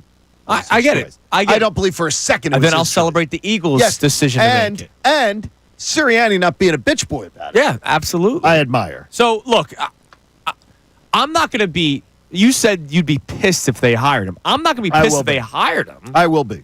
Because I'm not going to lie. Now, because he could end up being really good. I don't know. Guess what? I will be thrilled to say, you know what, I was wrong. Got it. But I will absolutely not like the hire. Absolutely not. Yeah. I just want to see what Kevin Patullo's nickname's going to be for Johnny over here. 2 creams, 1 sugar is taken, so I got to figure out. Yeah, but that was after he left. I know. Yeah, but that's only because I know Dan Quinn's coffee order. That's a fair point. Because we used to bring. We got to figure out Sirianni's coffee order. I'm sure Bill Colarulo knows it. I think he. Don't you think he's sort of like Coach? Down into LSU. The Cajun Brian coach. Kelly. Brian Kelly. No, the Cajun coach. Coach O. Coach Orgeron. He would drink like those energy drinks, like crazy. I have a feeling Coach Sirianni's an energy drink guy. I could see it. I don't think he needs them. No, I don't think he does either. But I believe he's probably drinking one of those what are they, like Liquid Death? No, that's water. Is that water? Yeah, that's just water. That's just water. Great marketing by them to make you think it's something else. It's literally just water. It's just water in a can. Wait a minute. You didn't know? No, I did It's not. literally just water. John's like, why have these things not been giving me energy? But I see them in the. There's probably some with like added vitamins. Then why do they call them liquid I think they're death? just sparkling and still. It's just good marketing. I think it's just marketing, yeah. So back No, to it's not. No, it's not, because it drives me away from. I always thought it was. I've never tried it. I've never tried it because I thought it was some like. I'll bring you a liquid death, Johnny. Really? Yeah, Okay. It's just water, but you like it. Their Okay. tagline is "Murder Your Thirst." That's love actually it. awesome. That's really weird. There you go. That's great marketing. All right, well, No, I don't know what the product is. I want to discuss this. I want to help the people out now. You're a helpful guy. We need to start preparing people for what will be the anti-Hertz propaganda. I want to play a couple clips for you because we had Pete Prisco on yesterday, and Pete will be kind of the jumping off. Pete's a point good here. sport. He was, and he was. Boy, he got was crushed great yesterday but he for did it. get destroyed by us, and of course by everybody listening. Here's the first clip that I want to play for you, and it's bullet point number 1 of what you can expect to hear this season when it comes to Jalen Hurts. Oh, we got some technical difficulties going That's okay. on, and it's about Jalen Hurts and whether or not he's elite. He's a good player. He's in the group with the same guys. They're all in the same guys. He's not, there's only a certain amount of elite quarterbacks in the National Football League. Then there's a group of a bunch of guys that are all together. So he's not elite. He's good. Now He just beats all the elite quarterbacks. right. So I go back to what Barrett Brooks said after I think it was the NFC Championship game. He might not be an elite quarterback, but he's an elite winner. Yeah. And what matters more? Winning, ultimately, over statistics and arm strength. And look, I don't shy away from it. If we were playing Madden and it was the Eagles roster and I was allowed to pick between Hurts, Burrow, Allen, Lamar, and Mahomes. I predict you would take Burrow. No, Mahomes first. No, I'm taking Lamar. Well, yeah. See, I'm not that's even weird. going for Madden. It's weird. Is But that look, like I'll that's tell you right now, Hurts would be my 5th pick out of those 5 guys. And there's no smear in that. But that's just talent, right? Like, I'm not talking about will to win Right. and leadership. I'm talking about just straight talent. Like, if I were to play a video game, yeah, there's 4 other quarterbacks that I would take over Jalen Hurts right now. Okay. But if I'm talking about overall play, yeah, look, you got to put Hurts in the conversation. So he's good. He's not elite. That's number 1. This one was just straight up wrong. Here was Pete Prisco trying to bring up previous days of Jalen Hurts to try to say why he's not as good as other quarterbacks. From 2023 on until the middle of this season, when he was turning the ball over all the time, were you guys all sitting in Philadelphia? He did talking about how not. He great did not was? turn the ball. He turned the ball over once after the bye week. That was in Well, that's what I'm September. saying. That's what I'm But that saying. was in Up until then, September, Pete. Okay. Also, his sack numbers, despite the fact he didn't pass the football nearly as much as he did 2 years ago, he still set a record for the number of sacks for him in a season with 38. Don't tell me he doesn't hold the ball too long, because I guarantee you Philly fans are bitching about that. So, look, here's another thing they're going to say, well, of course, once they started throwing the ball less, he started turning the ball over less because he didn't have more opportunities to turn the football over. That's what was best for the team. Like, that's going to be... He had one of the best turnover rates for a guy that threw that many passes. Yes. So if you took it through that many passes, he was one of the best at protecting the football, top 5 in the NFL. Yep. So Now, so that argument doesn't even hold for me either. This one we've been hearing for years now, and Jalen Hurts doesn't deserve any of the credit. The credit goes to the offensive line, of course, the skilled players around him. The bottom line is he's a good quarterback. Nobody's saying he's not a good quarterback. They asked me who I would take for the next 5 years, and that's who I would take. I would take Justin Herbert over Jalen Hurts for the next 5 years. I would take Trevor Lawrence over Jalen Hurts for the next 5 years. Now, come back and revisit that. I could be wrong. But you got to admit, the Philadelphia Eagles offensive line makes things a hell of a lot easier for everybody. And look, the offensive line, seriously. look, it does make it easier for other people. But here's the deal. To guys like Pete Prisco and other people that say that, it is what it is. Jalen Hurts plays on behind a good offensive line. And you know what? I've seen... So did Joe Montana. Yeah. I don't know. Like Curtis Painter was the guy that played in between Peyton Manning and Andrew Luck for the Indianapolis Colts. One of the worst quarterbacks I've ever seen in my life playing the NFL. I don't think he'd step in on this team and be good just because of the offensive line and skill players around him. I saw Kenny Pickett not as effective. I saw Tanner McKee okay. They did put up like 40 in that game. Which one? Against the Cowboys, when the Cowboys stunk. But yeah, and he was okay in it. But no, you know where we're at right now? And I'm not saying that Jalen Hurts is Tom Brady. But we were in that point in Tom Brady's career when he was like 6 or 7 years into the league where people were calling him a game manager. He doesn't throw the ball, like he doesn't have the arm strength. He's not that mobile. He's doing this because Belichick and the defense and all of this stuff. This happens to great quarterbacks. Like, unless you're Mahomes, where the arm talent is undeniable, people are going to say all the physical limitations are why they can't win again, but he just wins. Yeah, but then again, Josh Allen has all of those physical attributes, and he doesn't win. Exactly. Lamar Jackson is faster, has a stronger arm than Jalen, all these things, but he doesn't win. Right. So there's going to be an anti-Hurts propaganda all season long. And if the Eagles don't win the Super Bowl next year, it's going to somehow be all on him. Just wait. I want to warn the people today to be prepared that that's what's to come. And there's going to be more. There's going to be other things that they're going to bring up.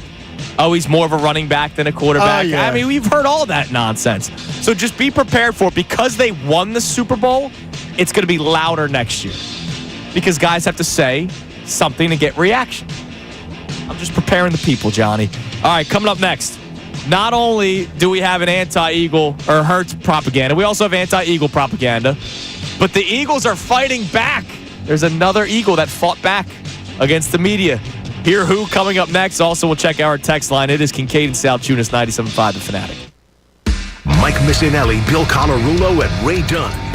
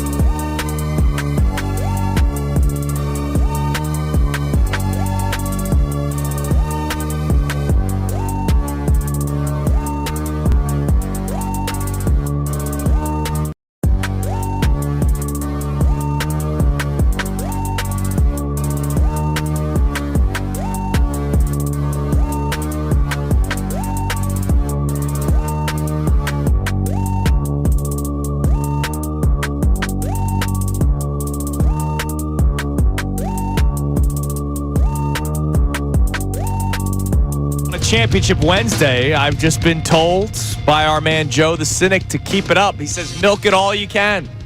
Keep on mentioning the day of the week. Championship Wednesday. Tomorrow will be Championship Thursday. When I'm off on Friday, I hope one of you guys will call it a Championship Friday. Championship Friday? It goes until the season's over Why again not? next year. Well, why not? This is Johnny and I's first in Philadelphia Sports Talk Radio, right? Like, you were in Atlanta for 08, right, John? Yes, I was. I wasn't in the industry until 2019. Yeah. So this is our first, chance to say this on Philly Sports Talk Radio. Welcome. You were getting Yeah, I people know. Welcome mortgages. to the party, guys. You know, some And of you us don't like celebrate math. Super Bowl 52. Something I will always find fascinating. Oh, they had computer programs that did it for us. Damn right. You All don't I like did math. was talk to the people. Well, you're very good at that. I'm okay. No, Yes. you're very good at that. I saw a video yesterday on social media of the things you were told in high school that you would not be able to use later on in life, and one of them was calculators. Are you kidding me? All that I had to did you have to carry around protractors? No. Back in the day, The middle school. metal Yeah. protractors All and right. everything? Well, I think only in geometry class. No, but we had That was you it. had to carry around stuff like that. I remember the stuff for calculus. That we had to buy that stupid. It was the beginnings Yeah. of it. The calculator that was like the Texas Instruments I know, yeah, Wild the one. TI big ones, 87 yeah. or Oh my whatever. gosh! You play games on it, man. I wasn't doing Back in our day, no, it just did numbers. cursive. That's all it did. Other than my signature, I don't write in cursive. No, you don't. Nah. There are a lot of things Wow. you don't. A lot of Cursive's things good to know. You should be able to. Who, write. are you writing a love letter with a pen? What if you don't have a computer and feather? you want to leave somebody a note? Sometimes I do a birthday I'll card write with a it in- nice cursive script. What? Yeah. Why not? I do a thank you note. I don't print a thank you note. I'm not 12. Are you serious, dude? No. Print. If I send a damn it. thank you note I just sent a thank you note to somebody for something.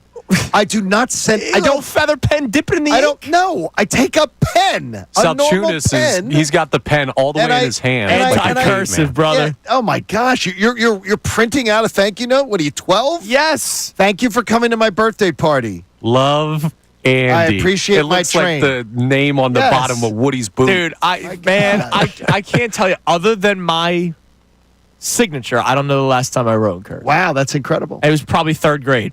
Don't be proud of this. No, I'm Don't freaking be proud. proud- no, don't I'm be proud. standing by my beliefs. By the Cursive way, is nonsense. I did tell cousin Matt yesterday, around 40 plus years without a glass of milk.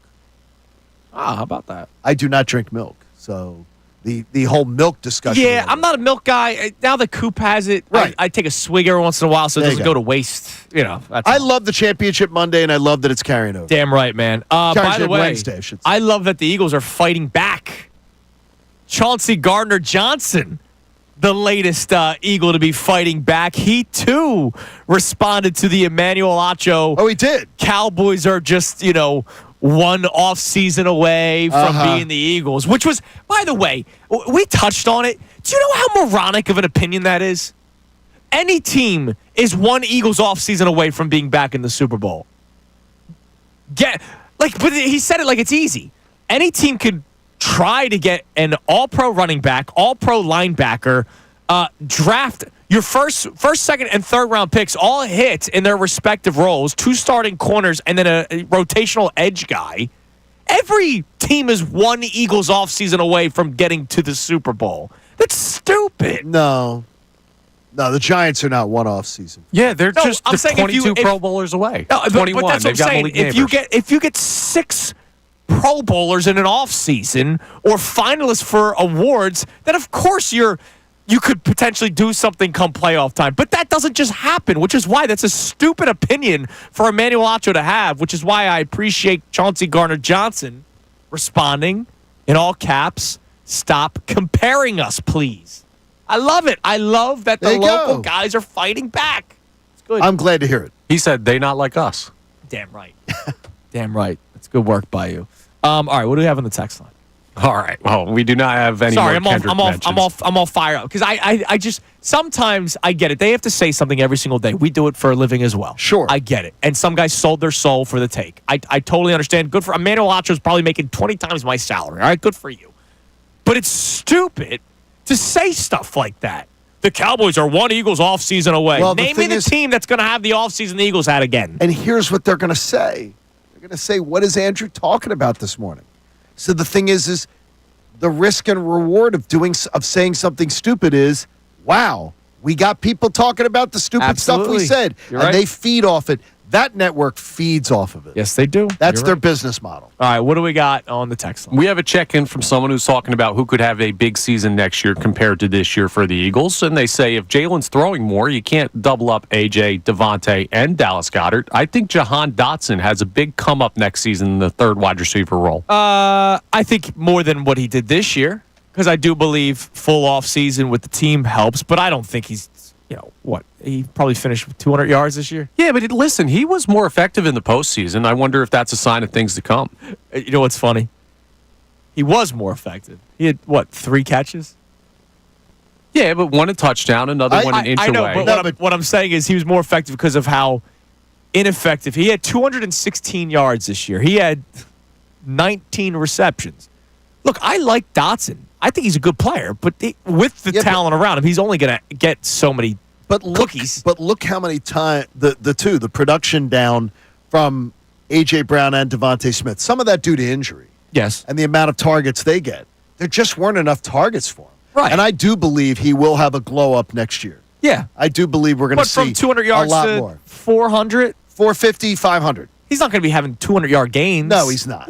So, yes, he will have a better year next year. To answer the texter's text, he will have a better year next year. But I also think some of those is going to come away from Saquon carries.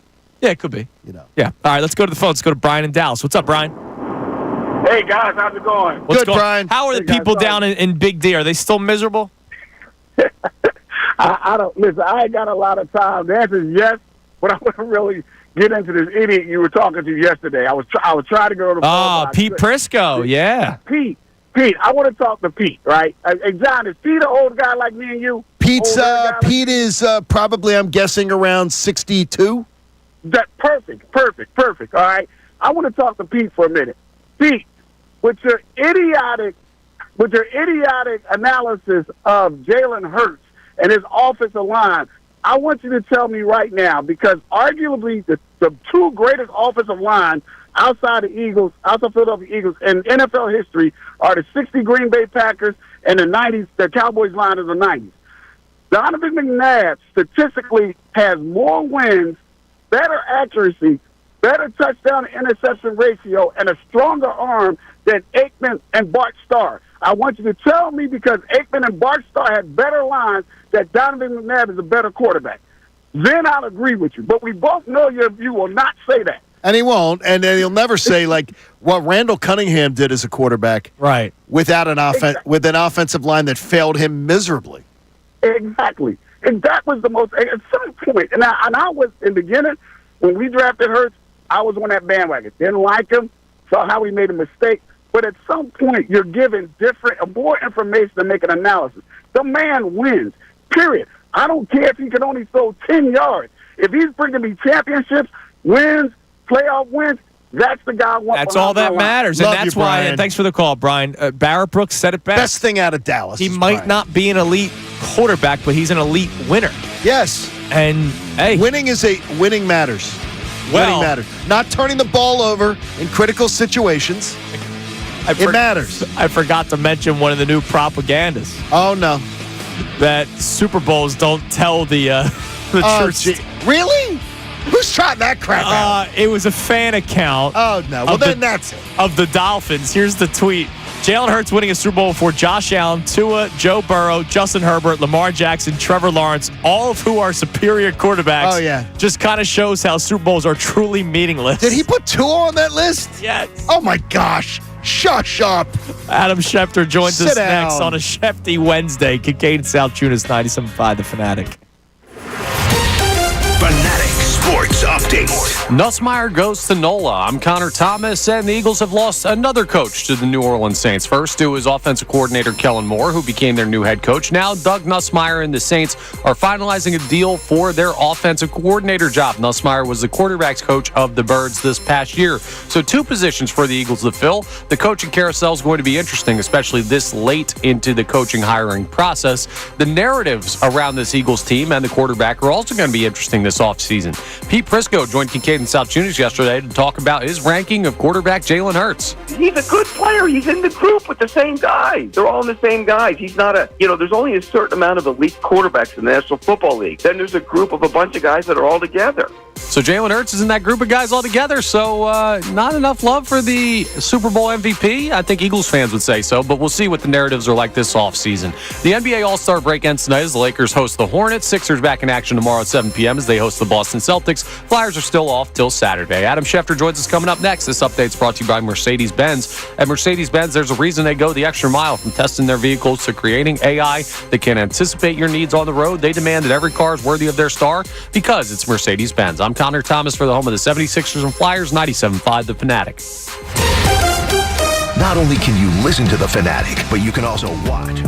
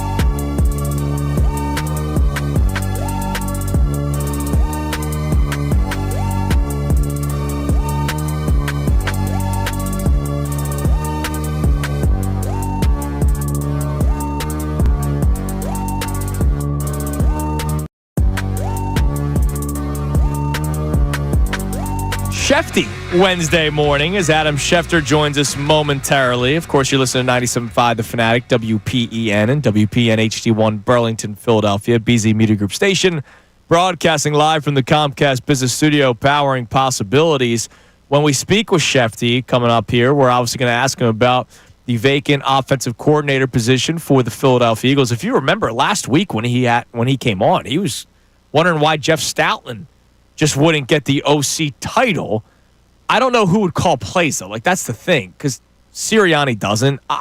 I know Stoutland's involved, but I don't think he's got Jeff Stoutland's not going to be the offense coordinator. No, I don't think so either. They'd run the ball 50 times a game. And you know what?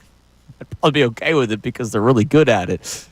So it'll be interesting to hear what Shefty is hearing in terms of the offensive coordinator position. Let's play the Jeremy Fowler clip one more time here, Connor, because I really did not like the wording that Fowler used at the end of the clip when he talked about Kevin Patullo being rewarded the new OC job. What are the Eagles doing at OC?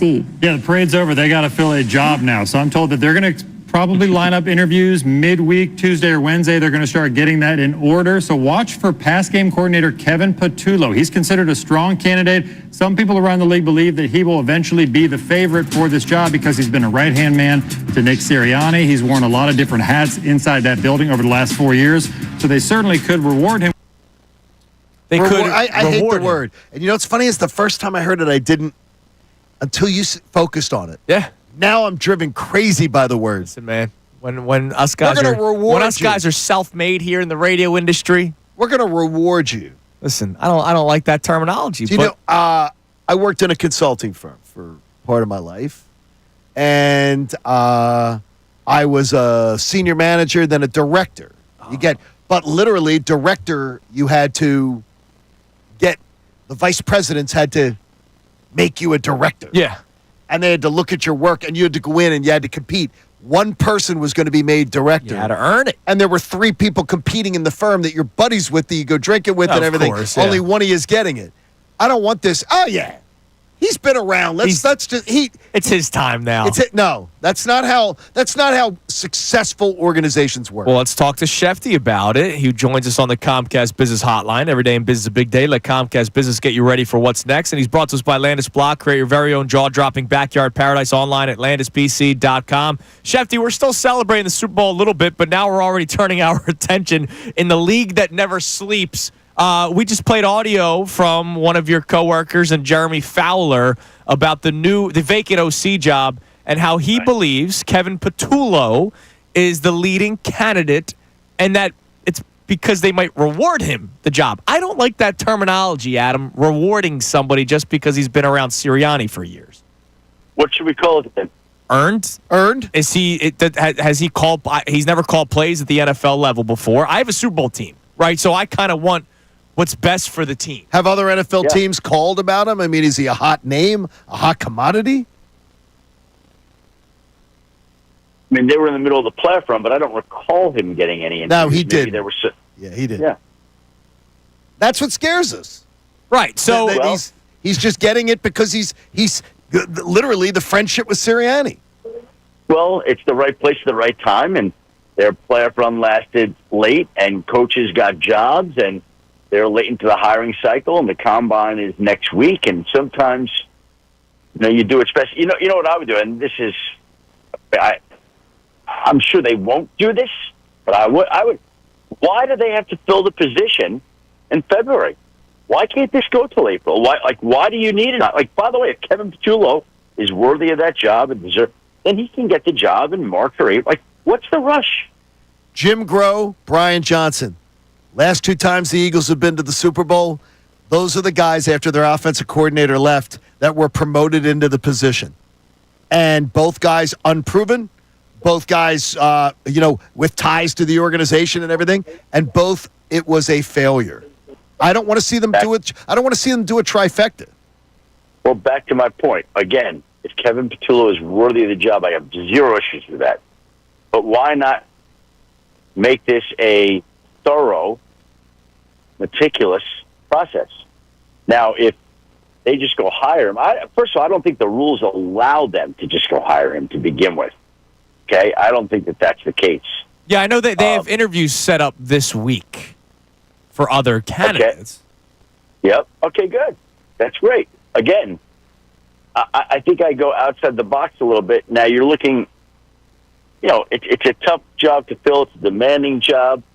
But I would think it's a highly desirable job. I mean, maybe there's some great offensive coordinator at the college level that it would be unfortunate for him to abandon his program, but all of a sudden he'd be willing to do it. Why would you not sit down and talk to him or some other people out there. I don't know. I mean, again, I'm not rushing to fill that job. Well, right, because like you said, Patula's already here, so it's not like he's going anywhere.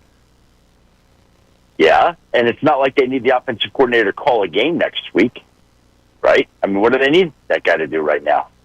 Yeah, and all-season program doesn't start till April. They're not on the field till later that month. Like, what's the rush?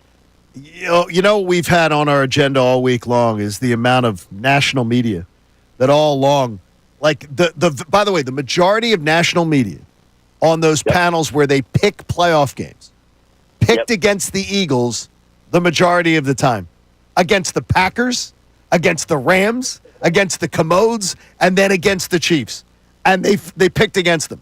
And now Who cares, John? Yeah, Who wait cares? a minute. Here's why I care, because those same people, Adam, are now telling me the Eagles are a super team. Or they're telling me that, or they're telling me that the reason Jalen Hurts is successful is because he's surrounded by the best talent in the NFL.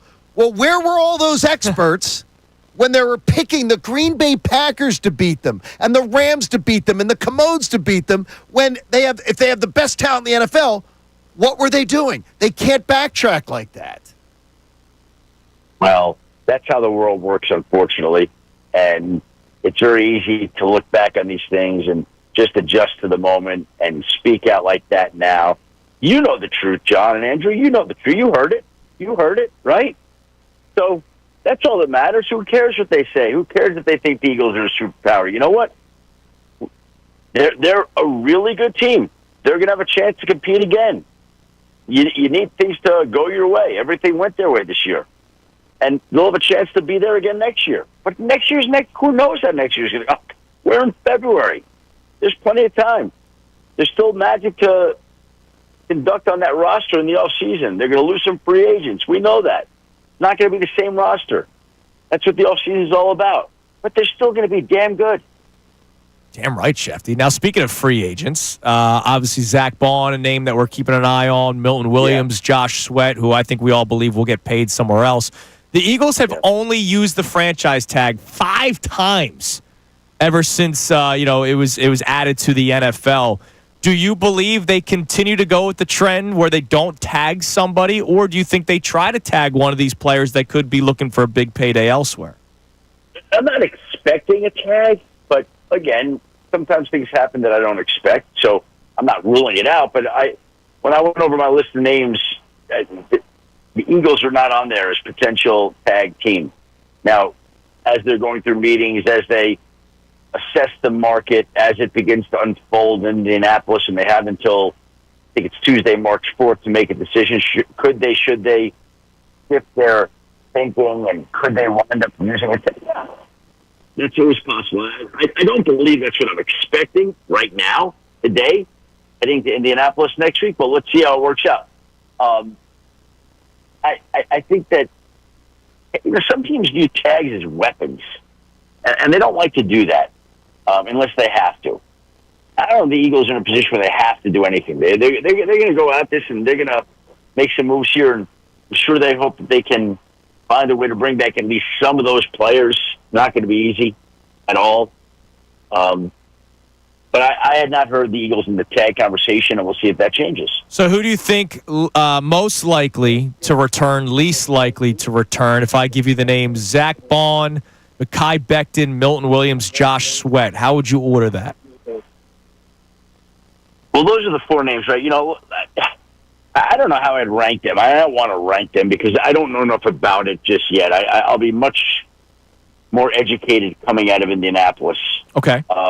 As opposed to having a quiet week this week and not asking. I don't want to guess. But what I would say, just off the top of my head, would be that Mekhi Becton found a home in Philadelphia, and he chose to go to Philadelphia in large part because he believed that Jeff Stoutland would help rebuild his career, and that's exactly what happened.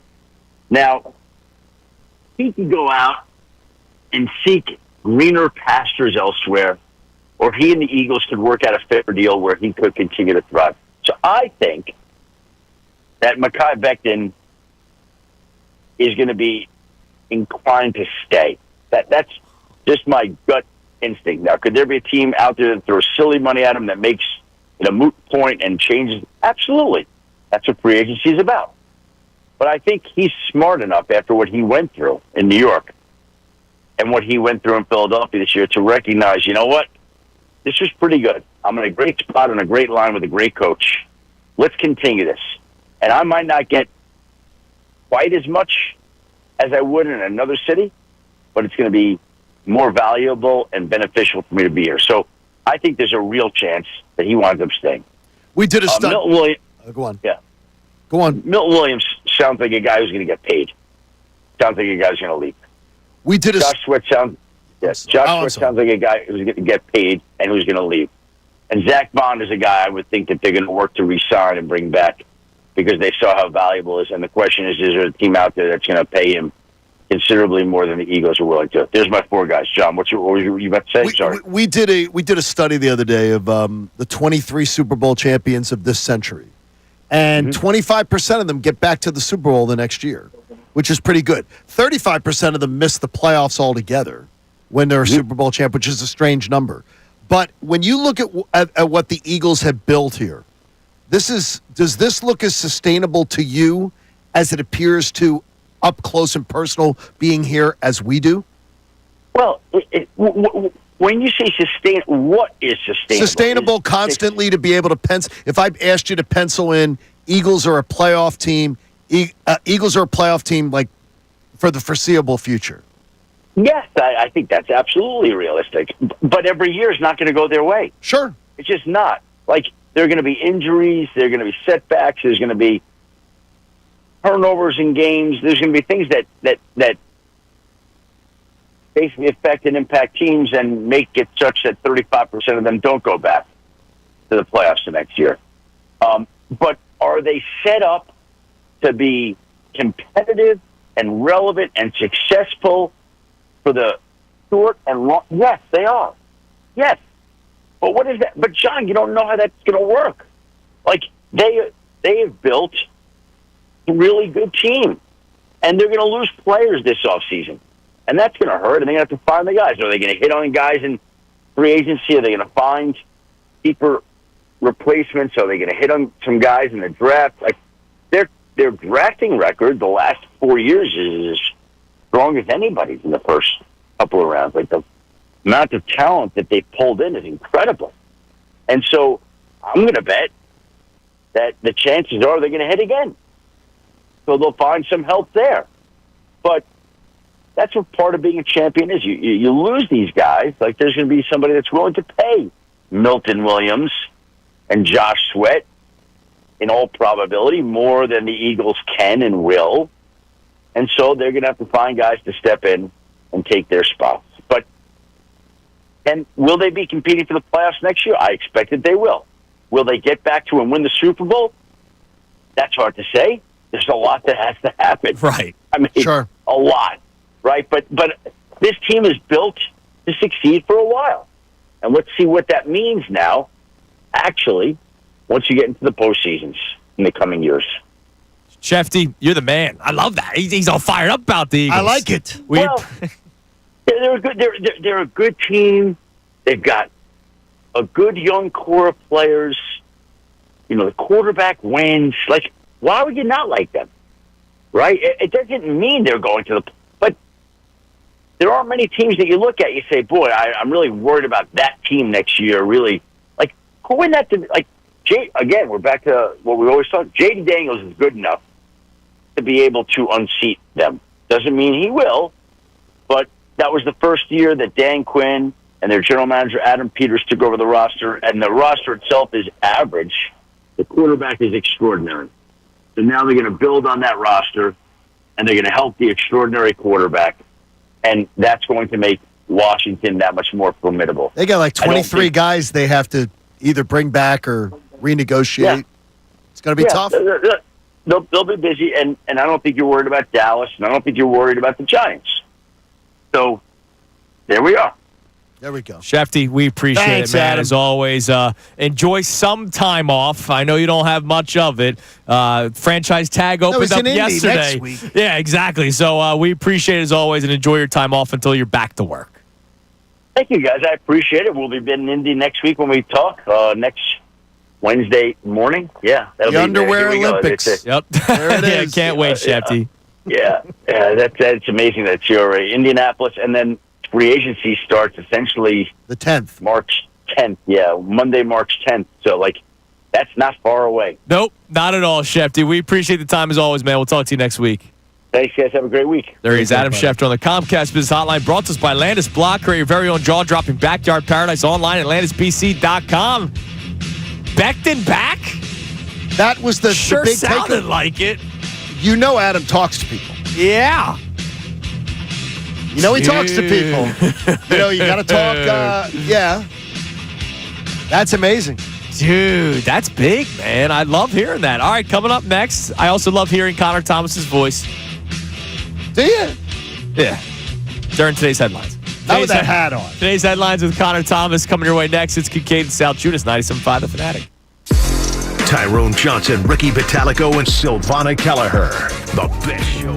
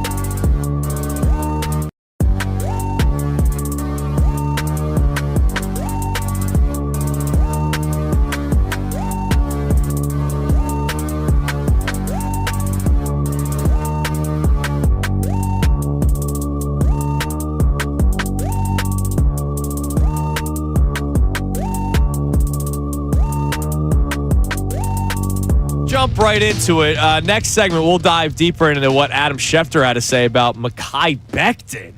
And also a clip from Mel Kiper yesterday that you sent us that just speaks to this Becton situation with Howie Roseman and how great Howie Roseman is. But without further ado, it is time now for today's headlines with Connor Thomas.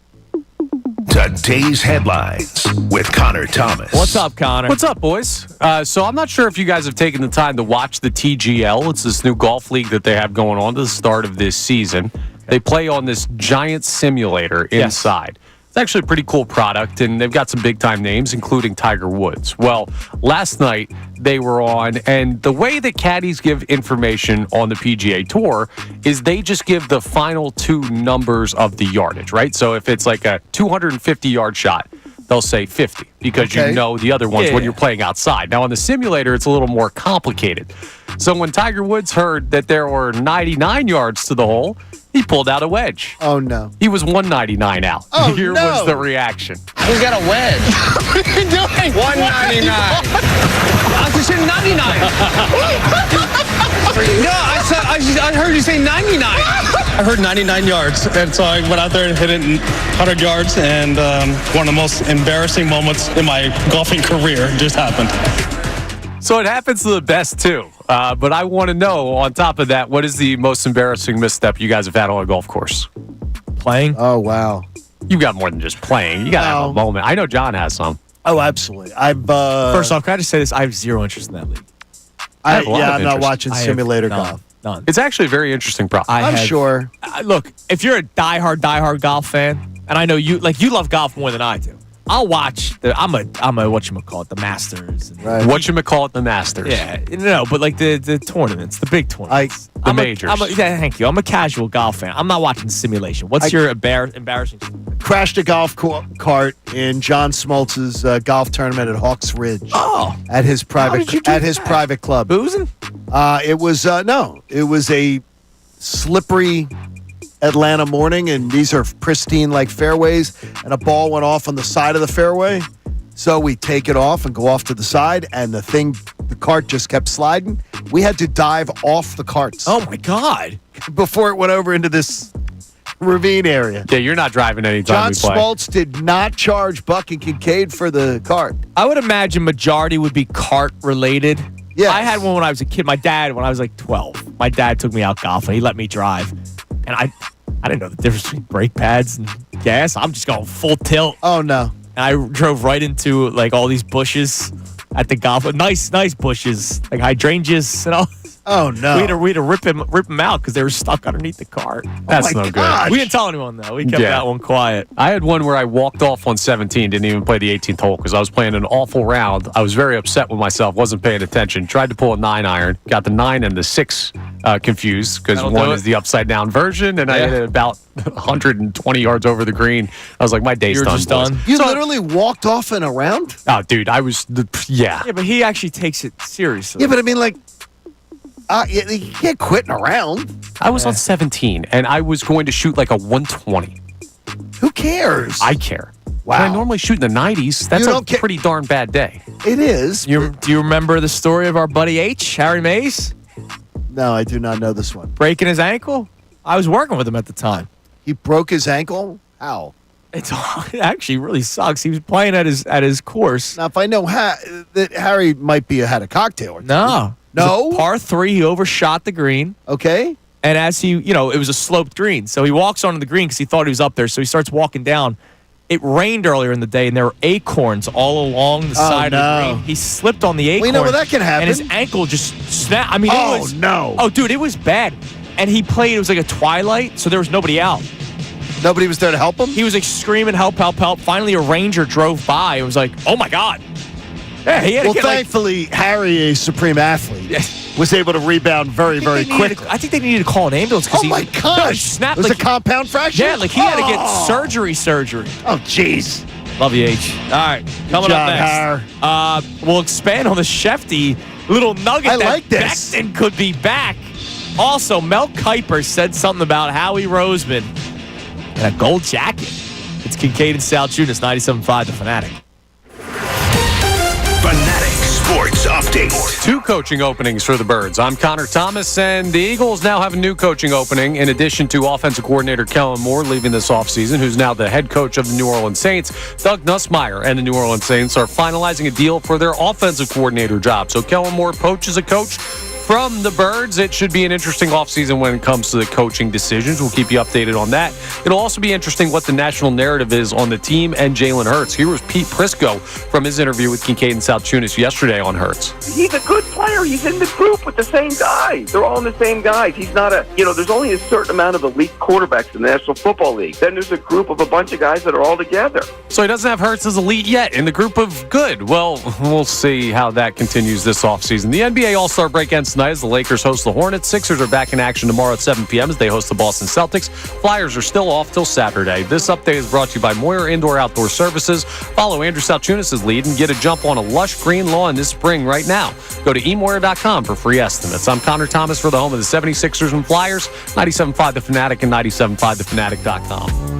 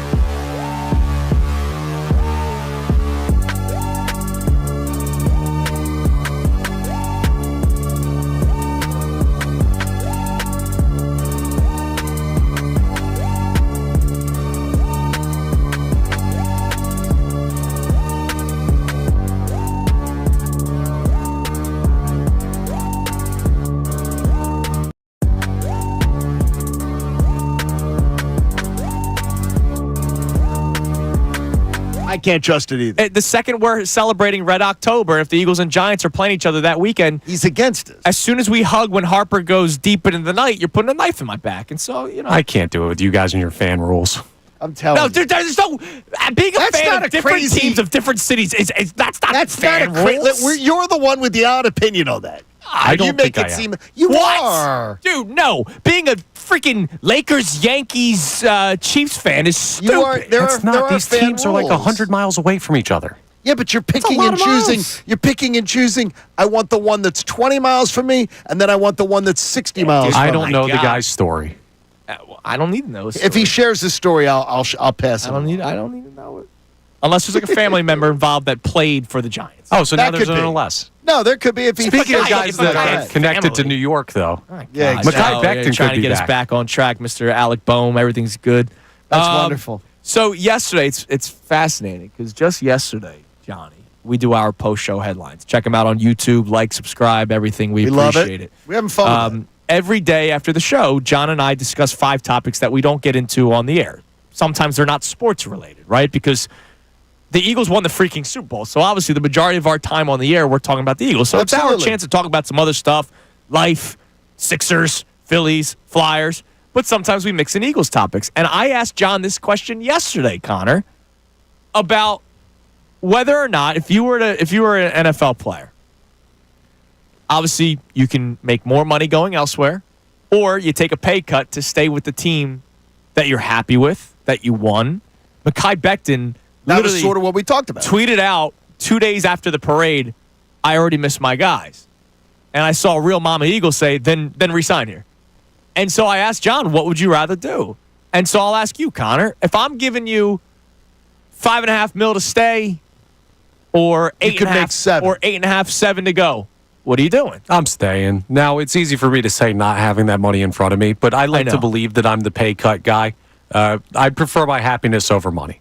I made that Well, that's decision good to in get into this radio. industry. Yes. Like, I make that decision daily in my life. I prefer happiness over money. And so I think of a guy like Becton, who had it horrible in the Jets organization to the point where he was being considered a bust. And Becton was the guy we talked about yesterday. We didn't mention Milton Williams, go get your bag, right? Josh Sweat, go get your bag. Mekhi Becton, is he a tackle for another team? Is he a guard for another team? If he is a guard for another team, is he as effective? Is Jeff Stoutland is not going to be the coach of where he goes? Right. The guy who gave him a career. Like he put him. How about this? Gave him the framework to rebuild his career. And you know what's amazing? We say that stuff without knowing the situation. Like you said, we don't have that money in front of us. We don't have that offer being offered to us. Shefty basically said, kind of verbatim, as to why he would stay. And he said, quote, I think there is a real chance that he, being Mekhi Becton, winds up staying. And I would believe that is because Adam Schefter, who is extremely connected within NovaCare, the ears have walls, or the walls have ears? The walls have ears. Walls have ears. That would be odd if the ears had walls. Well, some big-eared people do. He's hearing something. Yeah. And it makes me smile. Well, and that's great. Makes me because smile. If you can keep this offensive line intact for another 2-3 years, until Lane's gone, dude, this. I mean, seriously, this isn't stopping anytime soon. I was watching a thing yesterday, and I've got some stuff for tomorrow on it. The prime years of quarterbacks. The prime years of quarterbacks is like 27, 28 to 32. I mean, Jalen Hurts is 26 with 2 Super Bowl appearances under his belt. Yeah, and then the tears that will be shed by guys like Pete Prisco because he continues to have a great offensive line in front of him. Yeah, it'll be like, oh, geez, well, look at that offensive line. But it's amazing. So That's amazing. Shefty feels like there's a strong chance that Becton is back. We already think that Bond's going to be I their think key he pretty much guy. laid that out. And he straight up said Sweat and Williams are going to get paid. And I believe, again, I say this as respectfully as possible, someone will make a mistake on Josh Sweat in terms of how much money he's going to make. I don't think he's a bad football player. Okay. Whatever, he's going to get overpaid by somebody. Yeah, maybe not make a mistake, but pay him more than what his value probably is. And the same might be for Milton Williams. Yeah, the thing is, the Eagles are probably, here's my thought, because I brought this up earlier this week. I think they're going to overpay Mekhi Becton and give him a long-term deal. You do? Yes, overpay him as a guard. because when Lane Johnson calls it quits, guess who's going to be the next tackle of the Philadelphia Eagles on the right side? But that won't work because players in the NFL, when they are shifted to tackle, they always get a renegotiation. Well, if you're Jason Peters. No, some guys might say, hey, I'm comfortable playing under that deal. Yeah, but you know what? I don't believe that would be the case. And we don't know if he is just going to slide out to right tackle. Isaac Seumalo was supposed to slide over to center. Landon Dickerson was supposed to slide over to center. Things change. Plans change. You know, now you're at Cam Jurgens. He's the third version of the replacement to Jason Kelce. But then you have a potential option that you feel pretty darn good about, even if he's not going to do that, where you don't have to waste the first-round pick on Lane Johnson's replacement this year, like John's been talking about. I can't push that off any longer. Well, you don't have. If you believe Mekhi Becton can be that guy. Well, I never said that I do. Well, I know you don't, but I'm more worried about if Jeff Stoutland believes he's I don't think Mekhi Becton is Lane Johnson. He was drafted top 10 as a tackle. I got you. I think there's something there. Yeah, I just don't think. And you're never going to get a player to say, yeah, I'm willing to pay me guard money for 2 years. Well, if you overpay him as a guard to slightly underpay him as a tackle in the future. Well, what's to keep overpaying? Him with a winning Landon team. Dickerson is the highest paid guard in the NFL. No, I got you. You got what, 4 year, $80 million? Like guard is now becoming. Yeah, that's a big payday. And you cannot pay him Landon Dickerson money. No, after 1 year of doing it. No, because you didn't draft him for one thing, and it's That's 1 true. year of Yeah. it's 1 year of showing what. Now there is a guy that will be able to make all this work, and that's Howie Roseman. And yesterday you sent us this clip. Mel Kiper is doing, his mock draft 17.3. Mel was in the kitchen where he eats his pumpkin pie every morning. Yeah, we haven't reached March. Enough with the mock draft version 6. All right, chill out, guy. Mel Kiper, just on his own, started talking about Howie Roseman because obviously the success of the drafting, and they have another big pick to make this year because you're going to be losing a lot of guys due to free agency after you win a Super Bowl. Happens every single year.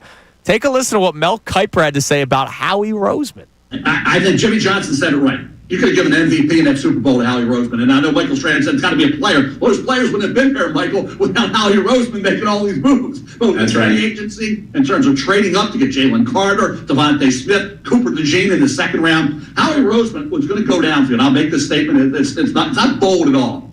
He's one of the best GMs in NFL history, by far. He's a Hall of Famer, guaranteed Hall of Fame guy. Put him in the Hall of Fame now. Howie Roseman has been, I don't even say arguably, he's right now as good as any GM in the history of this game. And you know what's amazing?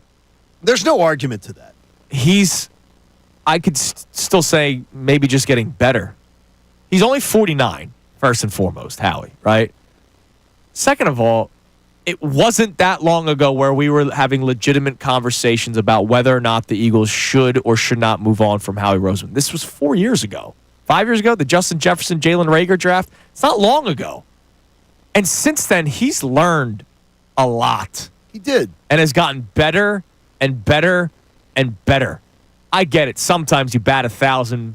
I'm not going to say out of luck, but, things need to happen, right? Sure. You drafted an injured player in Landon Dickerson, a guy that's been as hurt as he was in college, and he's become an all-pro. So sometimes things have to go in your favor. But Howie Roseman's on a heater right now that has spanned years. It's incredible, his vision, long-term vision, his ability to make sure that he has pieces in place for the future so he doesn't get caught on, not having that next guy who's ready to step up has been truly incredible. But his ability to learn from his own mistakes, correct. That will be, to me, my greatest memory of Howie Roseman's career when it's over is his adjustment on the fly. I never understood it, and living in the South and being immersed in like SEC football all day long, I was like, why is my favorite football team shopping in the Pac-12? Why are they shopping at all these other places when the core of a team can be built along the lines and can be built in the SEC?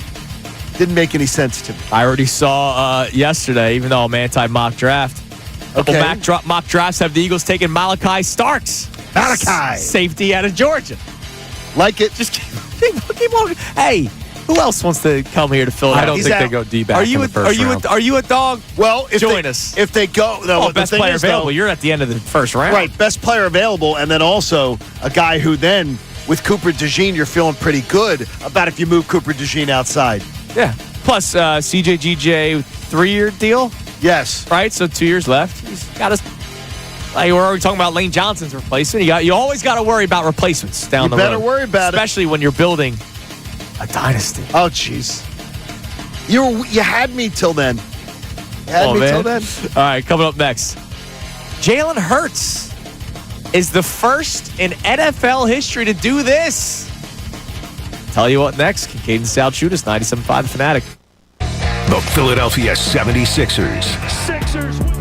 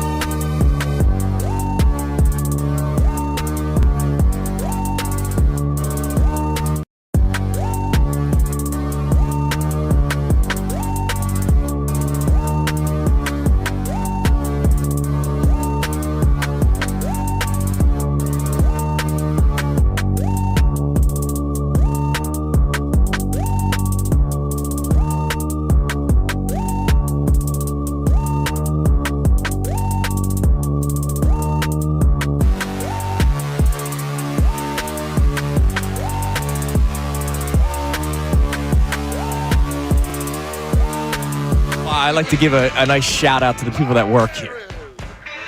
And sometimes behind the scenes. So big shout out. You hear him on the weekends every once in a while, our man Mike Vito. Who is doing a great job as our broadcast coordinator, right? Is that what his title is? That's the official title. Broadcast coordinator. He helped us out, obviously, a lot when we were in New Orleans. I've been able to hang out with Mike in Clearwater. It's we great. helped him get back to his room sober. Yes, that's true. He was in Daytona. Yes. This weekend. His flight was canceled on the way back. He just drove 14 hours to be here for work today. Rented a car and drove Rented back? a car, drove up, dropped it off, came over here. Wow. I give him a lot of credit, man. Well, I drove 14 minutes today. Where's my props? You're here. You're on time. No, that's awesome. I've never heard you complain of being too tired. So I want to know the route he took, so I'm going to have to find that out. I'd Yeah, imagine you gotta- 95 all the way up, right? yeah, probably. Yeah, Because once you hit Jacksonville, I've done that drive before. But then you hit the Pedro says Oh yeah. all the boards, you got to stop it south of the border. He was trying to get to work. He didn't have time for yeah, fireworks. exactly. He's got to get here. You had to get Mexican jumping beans. You always had to have those. You never stopped at your I parents stopped. never No, stopped we used at to stop, but the I top don't of the remember. border? I don't remember ever getting They had Mexican. anything. They had Mexican jumping beans, and I would always save money to be able to get them. I think we literally would just stop and say that we stopped. Yeah, And just then- look at it. Look at the Yeah, signs. I think and that's then all. we're Like as a moving kid, on. I'll ask my dad, and be like, "Did we ever do anything there?" No. Maybe got gas. So I Yes. mentioned Jalen Hurts the first to do something. What's that? Now this could be the first of many, or as I've been telling you, the league has a quarterback problem. Do you know that Jalen Hurts, first $50 million quarterback to win the Super Bowl ever? Because Mahomes obviously got the payday before it reached to these heights. Mahomes is $45 million a season. Jalen Hurts is the first quarterback to be making 50 plus a year. Because if you look back to the previous quarterbacks not named Tom Brady or Patrick Mahomes, it's, Matt Stafford has been thrown in there. Your other quarterbacks that are making 50 plus, Dak, Yeah. what is he? What is Who he else? won? What Joe is he going to win? Burrows, is he a $50 million guy? Got to Yeah. be. He got paid after Hurts. Didn't he? Herbert, Trevor Lamar. Lawrence, these guys that are making a lot of money, I don't see winning anytime soon. They say they're ready to it's so funny. Is Joe Burrow they were talking about, bragging yesterday. He goes, Joe Burrow's willing to restructure, much like Tom Brady did. Restructure doesn't mean that they don't get their money. Yeah. People are making it out like they go, Joe Burrow said, here's $10 million. No, they just are restructuring their contract. Yeah, and the Eagles do that really well. They do. Like That Lane, means- Lane Johnson has restructured probably 15 times. And you know what the restructure is? Here's the cash up front. Here's the cash up front. This is a good thing for Joe Burrow. Yes. It's a good thing if he restructures. It's not like Joe Burrow's going, man, I'm sacrificing. I want to win so bad. I'll give $10 million back. That's not what they're doing. Here are your 50 plus a year quarterbacks. Can't wait to hear this There's list. 9 of them. And Hurts is the lowest with 51 per. He's at 9. Tell me, are these guys going to win a quarterback or a Super Bowl? Will they be the next quarterback in the 50 plus million range? 52 million a year for Lamar. Still a possibility. He could be, yeah. I would say still a possibility. Sure. 52.5 a year for Herbert. Not anytime soon. Never. 53 a year for Goff. Possible. Possible. Possible because of his team. No, because of him too. I know. I saw him completely poop himself, though. I've seen that too, but I've also seen him be freaking prolific, and he's already been to a couple Super Saw him Bowls poop himself. with a team. Tua Tagovailoa, No. $53.1 million. They paid that man. Sometimes the contracts come in and I go, yeah, I see why he did it, but you're going to hate this in the end. Jordan Love, Nah. 55 mil. Trevor Lawrence, 55 mil. Nope. Oh my gosh. 55 million a year, dude. They didn't. my gosh. Remember they named the stadium after him for like a day or whatever? Yeah. As a bit. Trevor Bank. Yeah, Trevor Bank Stadium. Also 55 mil, Joe Burrow. Still Possible. a possibility. And then numero uno, Dak Prescott, 60. No way. That's unbelievable. Dak Prescott will never hoist the Lombardi Trophy I do not believe Dak will. How about this? with the Cowboys. He will, there you go. You said it right there. He will not hoist one with the Cowboys. I could see Dak winning. Maybe. I really could. Yeah, future Not- Eagles third stringer, Dak Prescott. Not in Dallas. Come get a No. ring. Not in Dallas. So think about that. 9 quarterbacks. Well, we'll do 8 other than Hurts. 8 quarterbacks in the 50-plus million range. We have 4 maybes, That's incredible. and one of those maybes is with another team. It's incredible. If Dak Prescott left the Cowboys. Wow. These quarterbacks get paid, and I understand why. But some of them, think about it. Justin Herbert. By the way, Trevor the Justin Lawrence Herbert thing, 55. Gentleman says to me yesterday, statistically, it was the worst quarterback performance in a playoff game in 42 seasons. Don't tell Pete Prisco that. 42 seasons! It was terrible. I mean, that was a wetting of the bed like nobody's business. Justin Herbert gets more shine for doing absolutely nothing. Like nothing. Except people draft him in their fantasy leagues, and he gets a lot of yardage. Well, nothing in the postseason. He had a great regular season this year. He had like one of the best touchdown-interception ratios in the history of the NFL. And for his career, he absolutely did. Yeah, but he just doesn't win when it counts most. So yeah, I don't see him yet. He could prove me wrong. He has not been a difference maker. He's the prototype, John. Yes, he fits the suit. He's a prototype. Correct. John. All right, what do we have on the text line, Connor, on any of our topics today at 610-632-0975? All right, so we have a check-in here from Vashon in Coatesville, who's talking about the Milton Williams situation. And he says, wouldn't Moro Ojomo most likely replace Milton Williams? And how do you guys think he would do in that role? He's not most likely. If they draft a first-round pick, I'm going with the first-round pick over seventh-round pick Moro Ojomo. Ojomo is a nice, complementary rotational guy. I'm not about to anoint him as Milton Williams' replacement. If I can get another first-round D tackle in a star-studded defensive tackle draft, yeah, I would absolutely go and say that's the guy that That doesn't mean Ojomo, he's still on the team. Ojomo's right there, right? Yeah. I've seen flashes from him. I don't know. I'd love to ask Andrew DeCecco because I feel like Andrew DeCecco's a big Moro Ojomo guy. What's that? Because you trust his football? I don't know the last time you had a conversation with Moro Ojomo, but I think DeCecco's was probably more recent. I like Ojomo. I'm just saying. I'm just saying. You're 6 tackles last year. Now all of a sudden, he's Milton Williams' replacement. I'm not saying that. I'm just wondering what he could project into in a bigger role with the team. I think they got a steal from a 7th-round draft pick in Moro Ojomo. I'm just not. That's what I would say. I'm not ready to have him. Jordan Davis plays 40% of the snaps because they basically realized run stopper. Get maximum efficiency. Here's what Jordan Davis is a huge difference maker. I'm not about to say Ojomo gets another 40 and then somebody else gets 20. That's all. And that's not Moro Ojomo slander. Slander? No. He's a nice player. Yes. I feel you. I'm not trying to get you to say the guy's going to be like an all-time great defensive tackle. We have 2 Aaron Donalds. No, Jalen Carter I think and he's Moro shown some flashes Ojomo. of being a good rotational guy in that Milton Williams role. So is Thomas Booker. He showed some flashes this year. I see more out of Ojomo than Booker, but out of a couple of rotational guys. Let's not get too excited about some of the players. I never asked you to get too excited. I just asked your thoughts. Listen, Eric Bruntlett was a World Series champion with the Phillies. Oh, yes, he was. He was not about to be a starting shortstop if J-Roll decided to leave. All right, coming up next, we'll reset today's topics. We'll check our text line some more. It is Kincade and Salciunas. Don't forget, Adam Schefter, best 5 minutes of Adam Schefter comes your way around 9:10. The Becton clip got us fired up. It means something. It means something. Damn right it does. It's Kincade and Salciunas, 97.5 The Fanatic. Fanatic Sports Update. Another coach to New Orleans. I'm Connor Thomas, and this update is brought to you by Worldwide Stereo. Worldwide Stereo's new trade-in program makes it easy to upgrade to the home audio system. Find out what your old gear is worth at worldwidestereo.com/upgrade or visit the Worldwide Stereo showroom in Montgomeryville.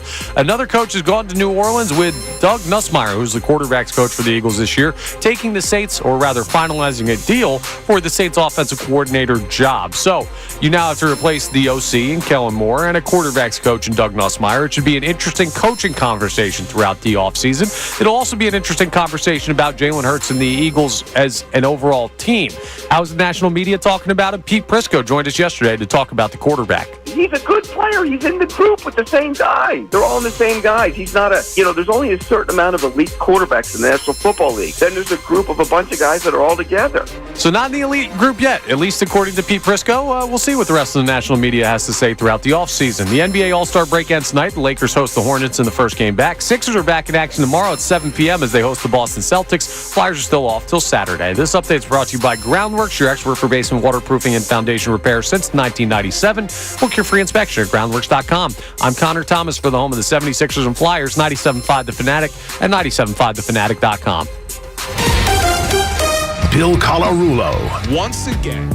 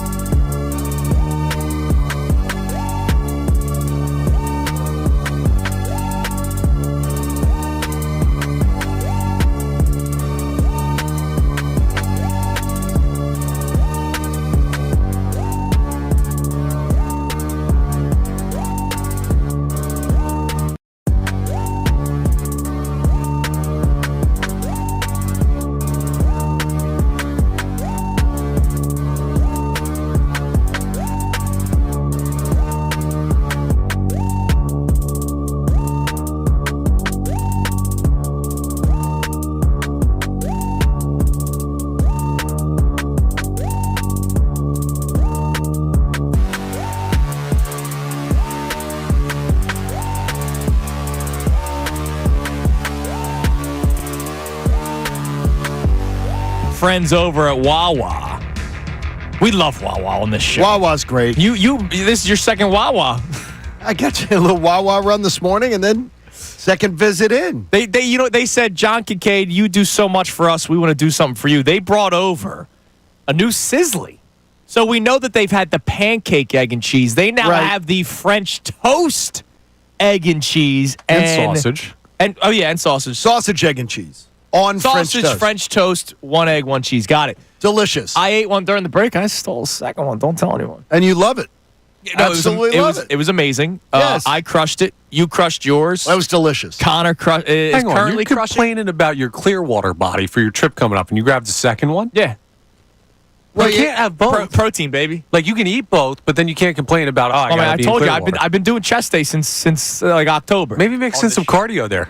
I do. With the Peloton. My Peloton bike, man.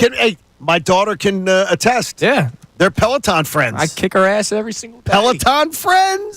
Real quick, I gave you a napkin to use. So I'm trying to enjoy my Sizzly. Never in my life have I heard this sound come from somebody's body. Go ahead, John. That is the most aggressive nose blowing I've ever heard in my life. That's great. I don't want to dig. Enjoy your breakfast out there, everybody. People already ate. They're at work. All right, we don't get to. It's not a booger egg and cheese. It's come on. It is now. I've never heard a nose blow that aggressive in my life. Because I don't want to dig, and I want to make sure it's taken care of. I like a nice, fresh nose. Well, your nose doesn't like you for what you're doing to it. No, it works fine. It works fine. Look, the two of you are constantly. The two of you, what's green and goes backwards. Okay, wait. The two of you, constantly. We got to out Connor for this. I have a disability. We have to out Connor for this. You have a few. And we'll check our text line here momentarily, Yes. I promise. I asked Connor this morning a legitimate question. Right. So Connor does not have a sense of smell. Nobody's ever heard that from him before. He does not. He's never told anyone that before. I asked Connor if there's anything, like if a doctor went up to him and said, I can give you the sense of smell for one day. And I asked Connor, what is it that he would like to smell? He could have said roses. He could have said, perfume on a beautiful woman. A nice citrusy fruit. Nope. Fresh cut grass, one of my favorite smells, even though it messes with my eyes. You said the passing of gas. Yeah, I said farts. I want to smell a good fart. This man has never smelled anything in his life. I told him he could smell for 24 hours. What are some things you want to smell? He only gave us one answer, and it was the smell of gas coming out of somebody's rear end. I've been smoking people out for 30 years. I want to know what I've been putting the people through. And he didn't hesitate when I asked him. No, that's an easy 1-1. So he's thought about this before. Oh, he's the stuff Connor has thought about. I haven't thought about it before, but that's an easy snap answer. Oh, God. It's unbelievable. I want to know what I've been torturing people with. All right, real quick, as you're listening to 97.5, the Fanatic, WP, NWP, and HD1 Burlington, Philadelphia, BZ Media Group Station, broadcasting live from the Comcast Business Studio, powering possibilities. Last segment, we had a texter ask about Moro Ojomo being the replacement in-house to Milton Williams. Our man Andrew DeCecco just put out a tweet. Uh-oh. His mock draft 1.0 won't be out until next week. His is the only mock draft I will read. Okay. I promise. I won't read anybody else's. But I can tell you that Ole Miss defensive lineman Walter Nolan would be a perfect match for the Eagles, explosive and versatile. All right. So there you go. Walter Nolan. I remember last year on our show, Andrew DeCecco told us about Jalix Hunt. Oh, yeah. That, to me, is the more impressive one. Yes. Everybody was talking about Quinyon. Jalix Hunt was somebody that Andrew DeCecco was hung up on, and it was like, dude, really?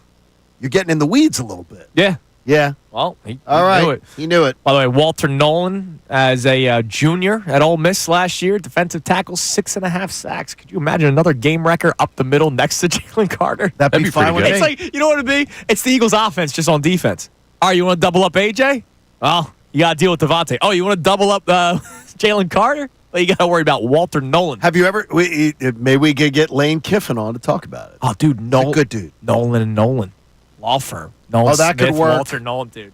Somebody trademark That it could now. work. Go ahead. Somebody go out there. Maybe they should let him draft him If first. the Eagles draft Walter Nolan, somebody's going to have a T-shirt of the law firm of Nolan and Nolan. No coach would Connor love to hang out with more than Lane Kiffin. Yeah, me and Lane would be cool. You and Lane would be built from torn from the same cloth. But, like, the tough thing, too, is, like, Walter Nolan would have to take that level of production at Ole Miss and bring it to the NFL level as a rookie to kind of give the impact that Milton Williams gave. Like, Milton Williams was very good for the Philadelphia Eagles. And that's a tough thing about this offseason that we're going to have to come to terms with. It's going to be very hard to replicate at face value the production of the 2024 Eagles. Sure it is. So, like, some of these options may not look as good as what they've had this past year, and that's just something we're going to have to accept. But you know what's good? Their defensive coordinator will be pretty good at trying to figure it out. Damn right. He found a way to use Quinyon Mitchell and Cooper DeJean to the point where they were both finalists for Defensive Rookie of the Year. He found an outside linebacker who was more a special teams ace to be an all-pro linebacker. I believe in Vic Fangio no matter who they draft to turn them into a player. And still, I still can't believe this is a storyline that, we've talked about, obviously, but not as much because the Eagles were winning with certain players on the field. Right. They signed Bryce Huff to the biggest contract out of all their players this offseason, and he wasn't dressed for the Super Bowl. Saquon Barkley was second. Yep. And I believe Devin White was third. Yeah. So two of the guys never contributed. Never. Isn't that amazing? It's amazing, but it shows you, too, that part of the inexact science of what you're talking about, NFL free agency. Yeah. That Howie is able to make mistakes, but his backup plans work great. So, well, the depth was one of my biggest concerns going into this past season. Connor and I did a whole show on it when you were out one day. A good quality show? Always, whenever you're gone. Proud of that. And I straight up said, look, the depth is my biggest concern because sure. I didn't know if Fred Johnson would have been. I didn't know who Fred swing tackle that they need as a backup. I didn't know who Fred was. Right, and I mean, honestly, the depth on defense. Like I liked Milton Williams, not as much as guys like Bill Colarulo and Andrew Pacheco. Colarulo sold me on him because of his. Bill wouldn't stop talking about him. Contract year, he hit that one out of the park. But he was a guy that I liked, And then the pass rush I was terrified of. And for the first couple of weeks, it wasn't good. And then all of a sudden, Vic Fangio found a formula with the players that he had at his disposal. And Brandon Graham playing like he was in year 6 of the league helped a lot as well until he got hurt. It was amazing what he was able to accomplish. All right, what do we have on the text line? Again, our topic today that we started off with way back in the 6 o'clock hour. Everybody played over their heads this year. Everybody. I said at one point during the show, you were taking care of some business, John. Yes. All 22 starters that played in the Super Bowl. So for I'm not saying week 1 starters. Right. The 22 stars that played in the Super Bowl all had an elite or like an above average to elite season. Everybody, think about it. Offensive line, sure. Defensive line, the corners, the receivers, tight end, everybody. The only guy that you were worried about going into the Super Bowl was the kicker. Think about that for a second. That's how good the season was. So, can you count on the players playing to that level again next year? Recreating a season where you may have already played above your head. Can they continue to play above their head? Is that just who they are? Or are there some guys that we think may come back down to earth a little bit, still be effective, but like I don't know if I'm going to pencil Zach Bond in as an all-pro linebacker next year. I don't want to really put that on him just yet. Is Quinyanamo Bay a real thing? I do believe so. Where it's just nobody throws his way? I got to figure that next year people are going to be like, I'm testing. We'll try to test. Maybe they saw something on tape. I'll test more. I'll study them all in the offseason. I'll see what we can do and see how that works. These are some of the questions that are going to be asked. Yeah, absolutely. That got to come up. And you cannot expect. And there's scary numbers on it. Nerd Boy's already done the numbers. We'll do that coming up sometime, in the next couple weeks. The numbers when somebody carries the ball as much as Saquon Barkley did the year after, the numbers are freaking scary as far as what they do. So to expect him to put that kind of performance up again is sort of ridiculous. Which is why we think Jalen's going to have a better year better year next year because they might need to rely on him more. And we've seen him step up when his number's called. Sure. All right, what do we have on the text line, Connor? That's what this text is about. So this texter says, I think Jalen will have a blow-up year. Now, they mean blow-up in a good way. Yeah. Which means all the Isn't wide it a glow-up? I mean, come on now. Blow up, glow up, whatever you want to call it. Which Blow-up means sounds bad. it does, but they mean it in a good sense Okay. here. Which means all the wide receivers and tight ends, too. Hurts proved he could win the big game. Now he's going to prove he's an elite QB. With the monkey off his back, he will now play more freely. Plus, it's the next step in his offensive progression. I wondered. All right, so you thought, was it 3,500 yards? I thought that Jalen would be. This was going to be the year, 3,500 yards, and he would set career highs in every statistical category. Was my bet. And then obviously Saquon was Saquon. And also Saquon, I didn't expect Saquon to be as big as he is. Right. But his numbers, though, the career efficiency, everything, he really did have arguably his best season. Highest completion percentage, highest yards per completion, tied with the last time they went to the Super Bowl. He didn't have the passing touchdowns. Correct, but that's because Saquon was push, big- Saquon, you exactly. name it. So do you believe your prediction coming into rewrite the it. season, you're going to rewrite it? Rewrite it. Yeah, I think next year will be better. Next year's going to be better. I just think he's going to be able to create. I think he's just going to be able to create. As far as a passing quarterback, next year will be his best year ever. I don't think he reaches 30 touchdowns just because of how much they do utilize the offensive line in the red zone. But if he's at 25, that would still be a career high, by the way. 23 is I would career go. high right now. I said career highs this year. I would believe career highs in that. Yeah. Okay, I love that. Yeah, all right, give us one more text, Connor, and then we'll move on here. Okay, a check-in on the offensive coordinator situation. This texter says, not that the Eagles shouldn't look for the best candidate for OC, but were you really blown away by Kellen Moore's offense this past year? No, I was not. I was not either. And I was the guy who was literally Kellen Moore cheerleader all summer. If I'm the Lions, I'm terrified. Right, you lost Ben Johnson. I'm not terrified losing Kellen Moore, but I am terrified to the concern that John and I have been saying, going to another inexperienced, never play calling guy again. Don't do it. You've done it a couple of times now. And it doesn't work. Hasn't worked. All right, coming up next, speaking of the OC vacancy, Adam Schefter joined us earlier today. You're going to hear the best 5 minutes of Shefty coming up next. And the Sixers acquired someone from the motherland. It's Kincade Salciunas, 97.5 The Fanatic. ESPN's Tim McManus on the best show ever. It does, in a way, feel like the beginning, which is kind of crazy to say.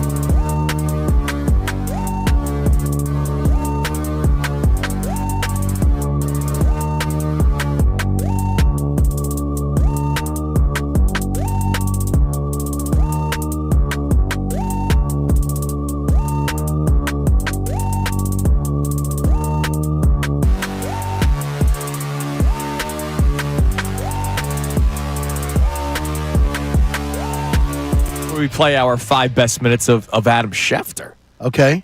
The Sixers, they went to my motherland and signed a player. They did, eh? Yeah, Lonnie Walker, who, of course, has played in the NBA and played for the Spurs.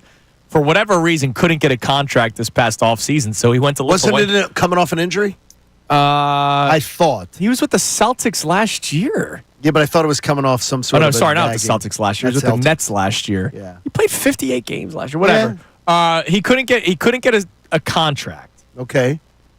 I think he signed with the Celtics, but then they didn't keep him. I forget what Lithuanians. And then he goes to Lithuania to keep playing ball. Right. And then the Sixers and Daryl Morey, who we hung out with once, is a big fan of Lithuania basketball. He is? Yeah, that's huge. Yeah. Season saved. Yeah. Yeah. Yeah, season saved. We'll find out. It's a shame what's going on. It is a shame. Earlier today, and by the way, Reading, Pennsylvania, so Lonnie Walker, local guy. Good job, Lonnie. I joke around about the Lithuanian thing. He just went there to play. Hey, he enjoyed the culture, I'm sure, and all the daylight. Not during the winter. Oh, is it just as nasty dark? Dude, God, I hate that. Not during the. I'm going to guess Lonnie Walker did not enjoy his time in Lithuania. Just a guess. Welcome back, Lonnie. Here's our 5 best minutes earlier today of Adam Schefter. Shefty, we're still celebrating the Super Bowl a little bit, but now we're already turning our attention in the league that never sleeps. We just played audio from one of your coworkers and Jeremy Fowler about the vacant OC job and how he believes Kevin Patullo is the leading candidate and that it's because they might reward him the job. I don't like that terminology, Adam, rewarding somebody just because he's been around Sirianni for years. What should we call it then? Earned. He's never called plays at the NFL level before. I have a Super Bowl team, right? So I kind of want what's best for the team. Have other NFL teams called about him? I mean, is he a hot name, a hot commodity? I mean, they were in the middle of the playoff run, but I don't recall him getting any. No, he did. Yeah, he did. Yeah. That's what scares us. He's just getting it because he's literally the friendship with Sirianni. Well, it's the right place at the right time, and their playoff run lasted late, and coaches got jobs, and they're late into the hiring cycle, and the combine is next week, and sometimes you do it special. You know what I would do, and this is.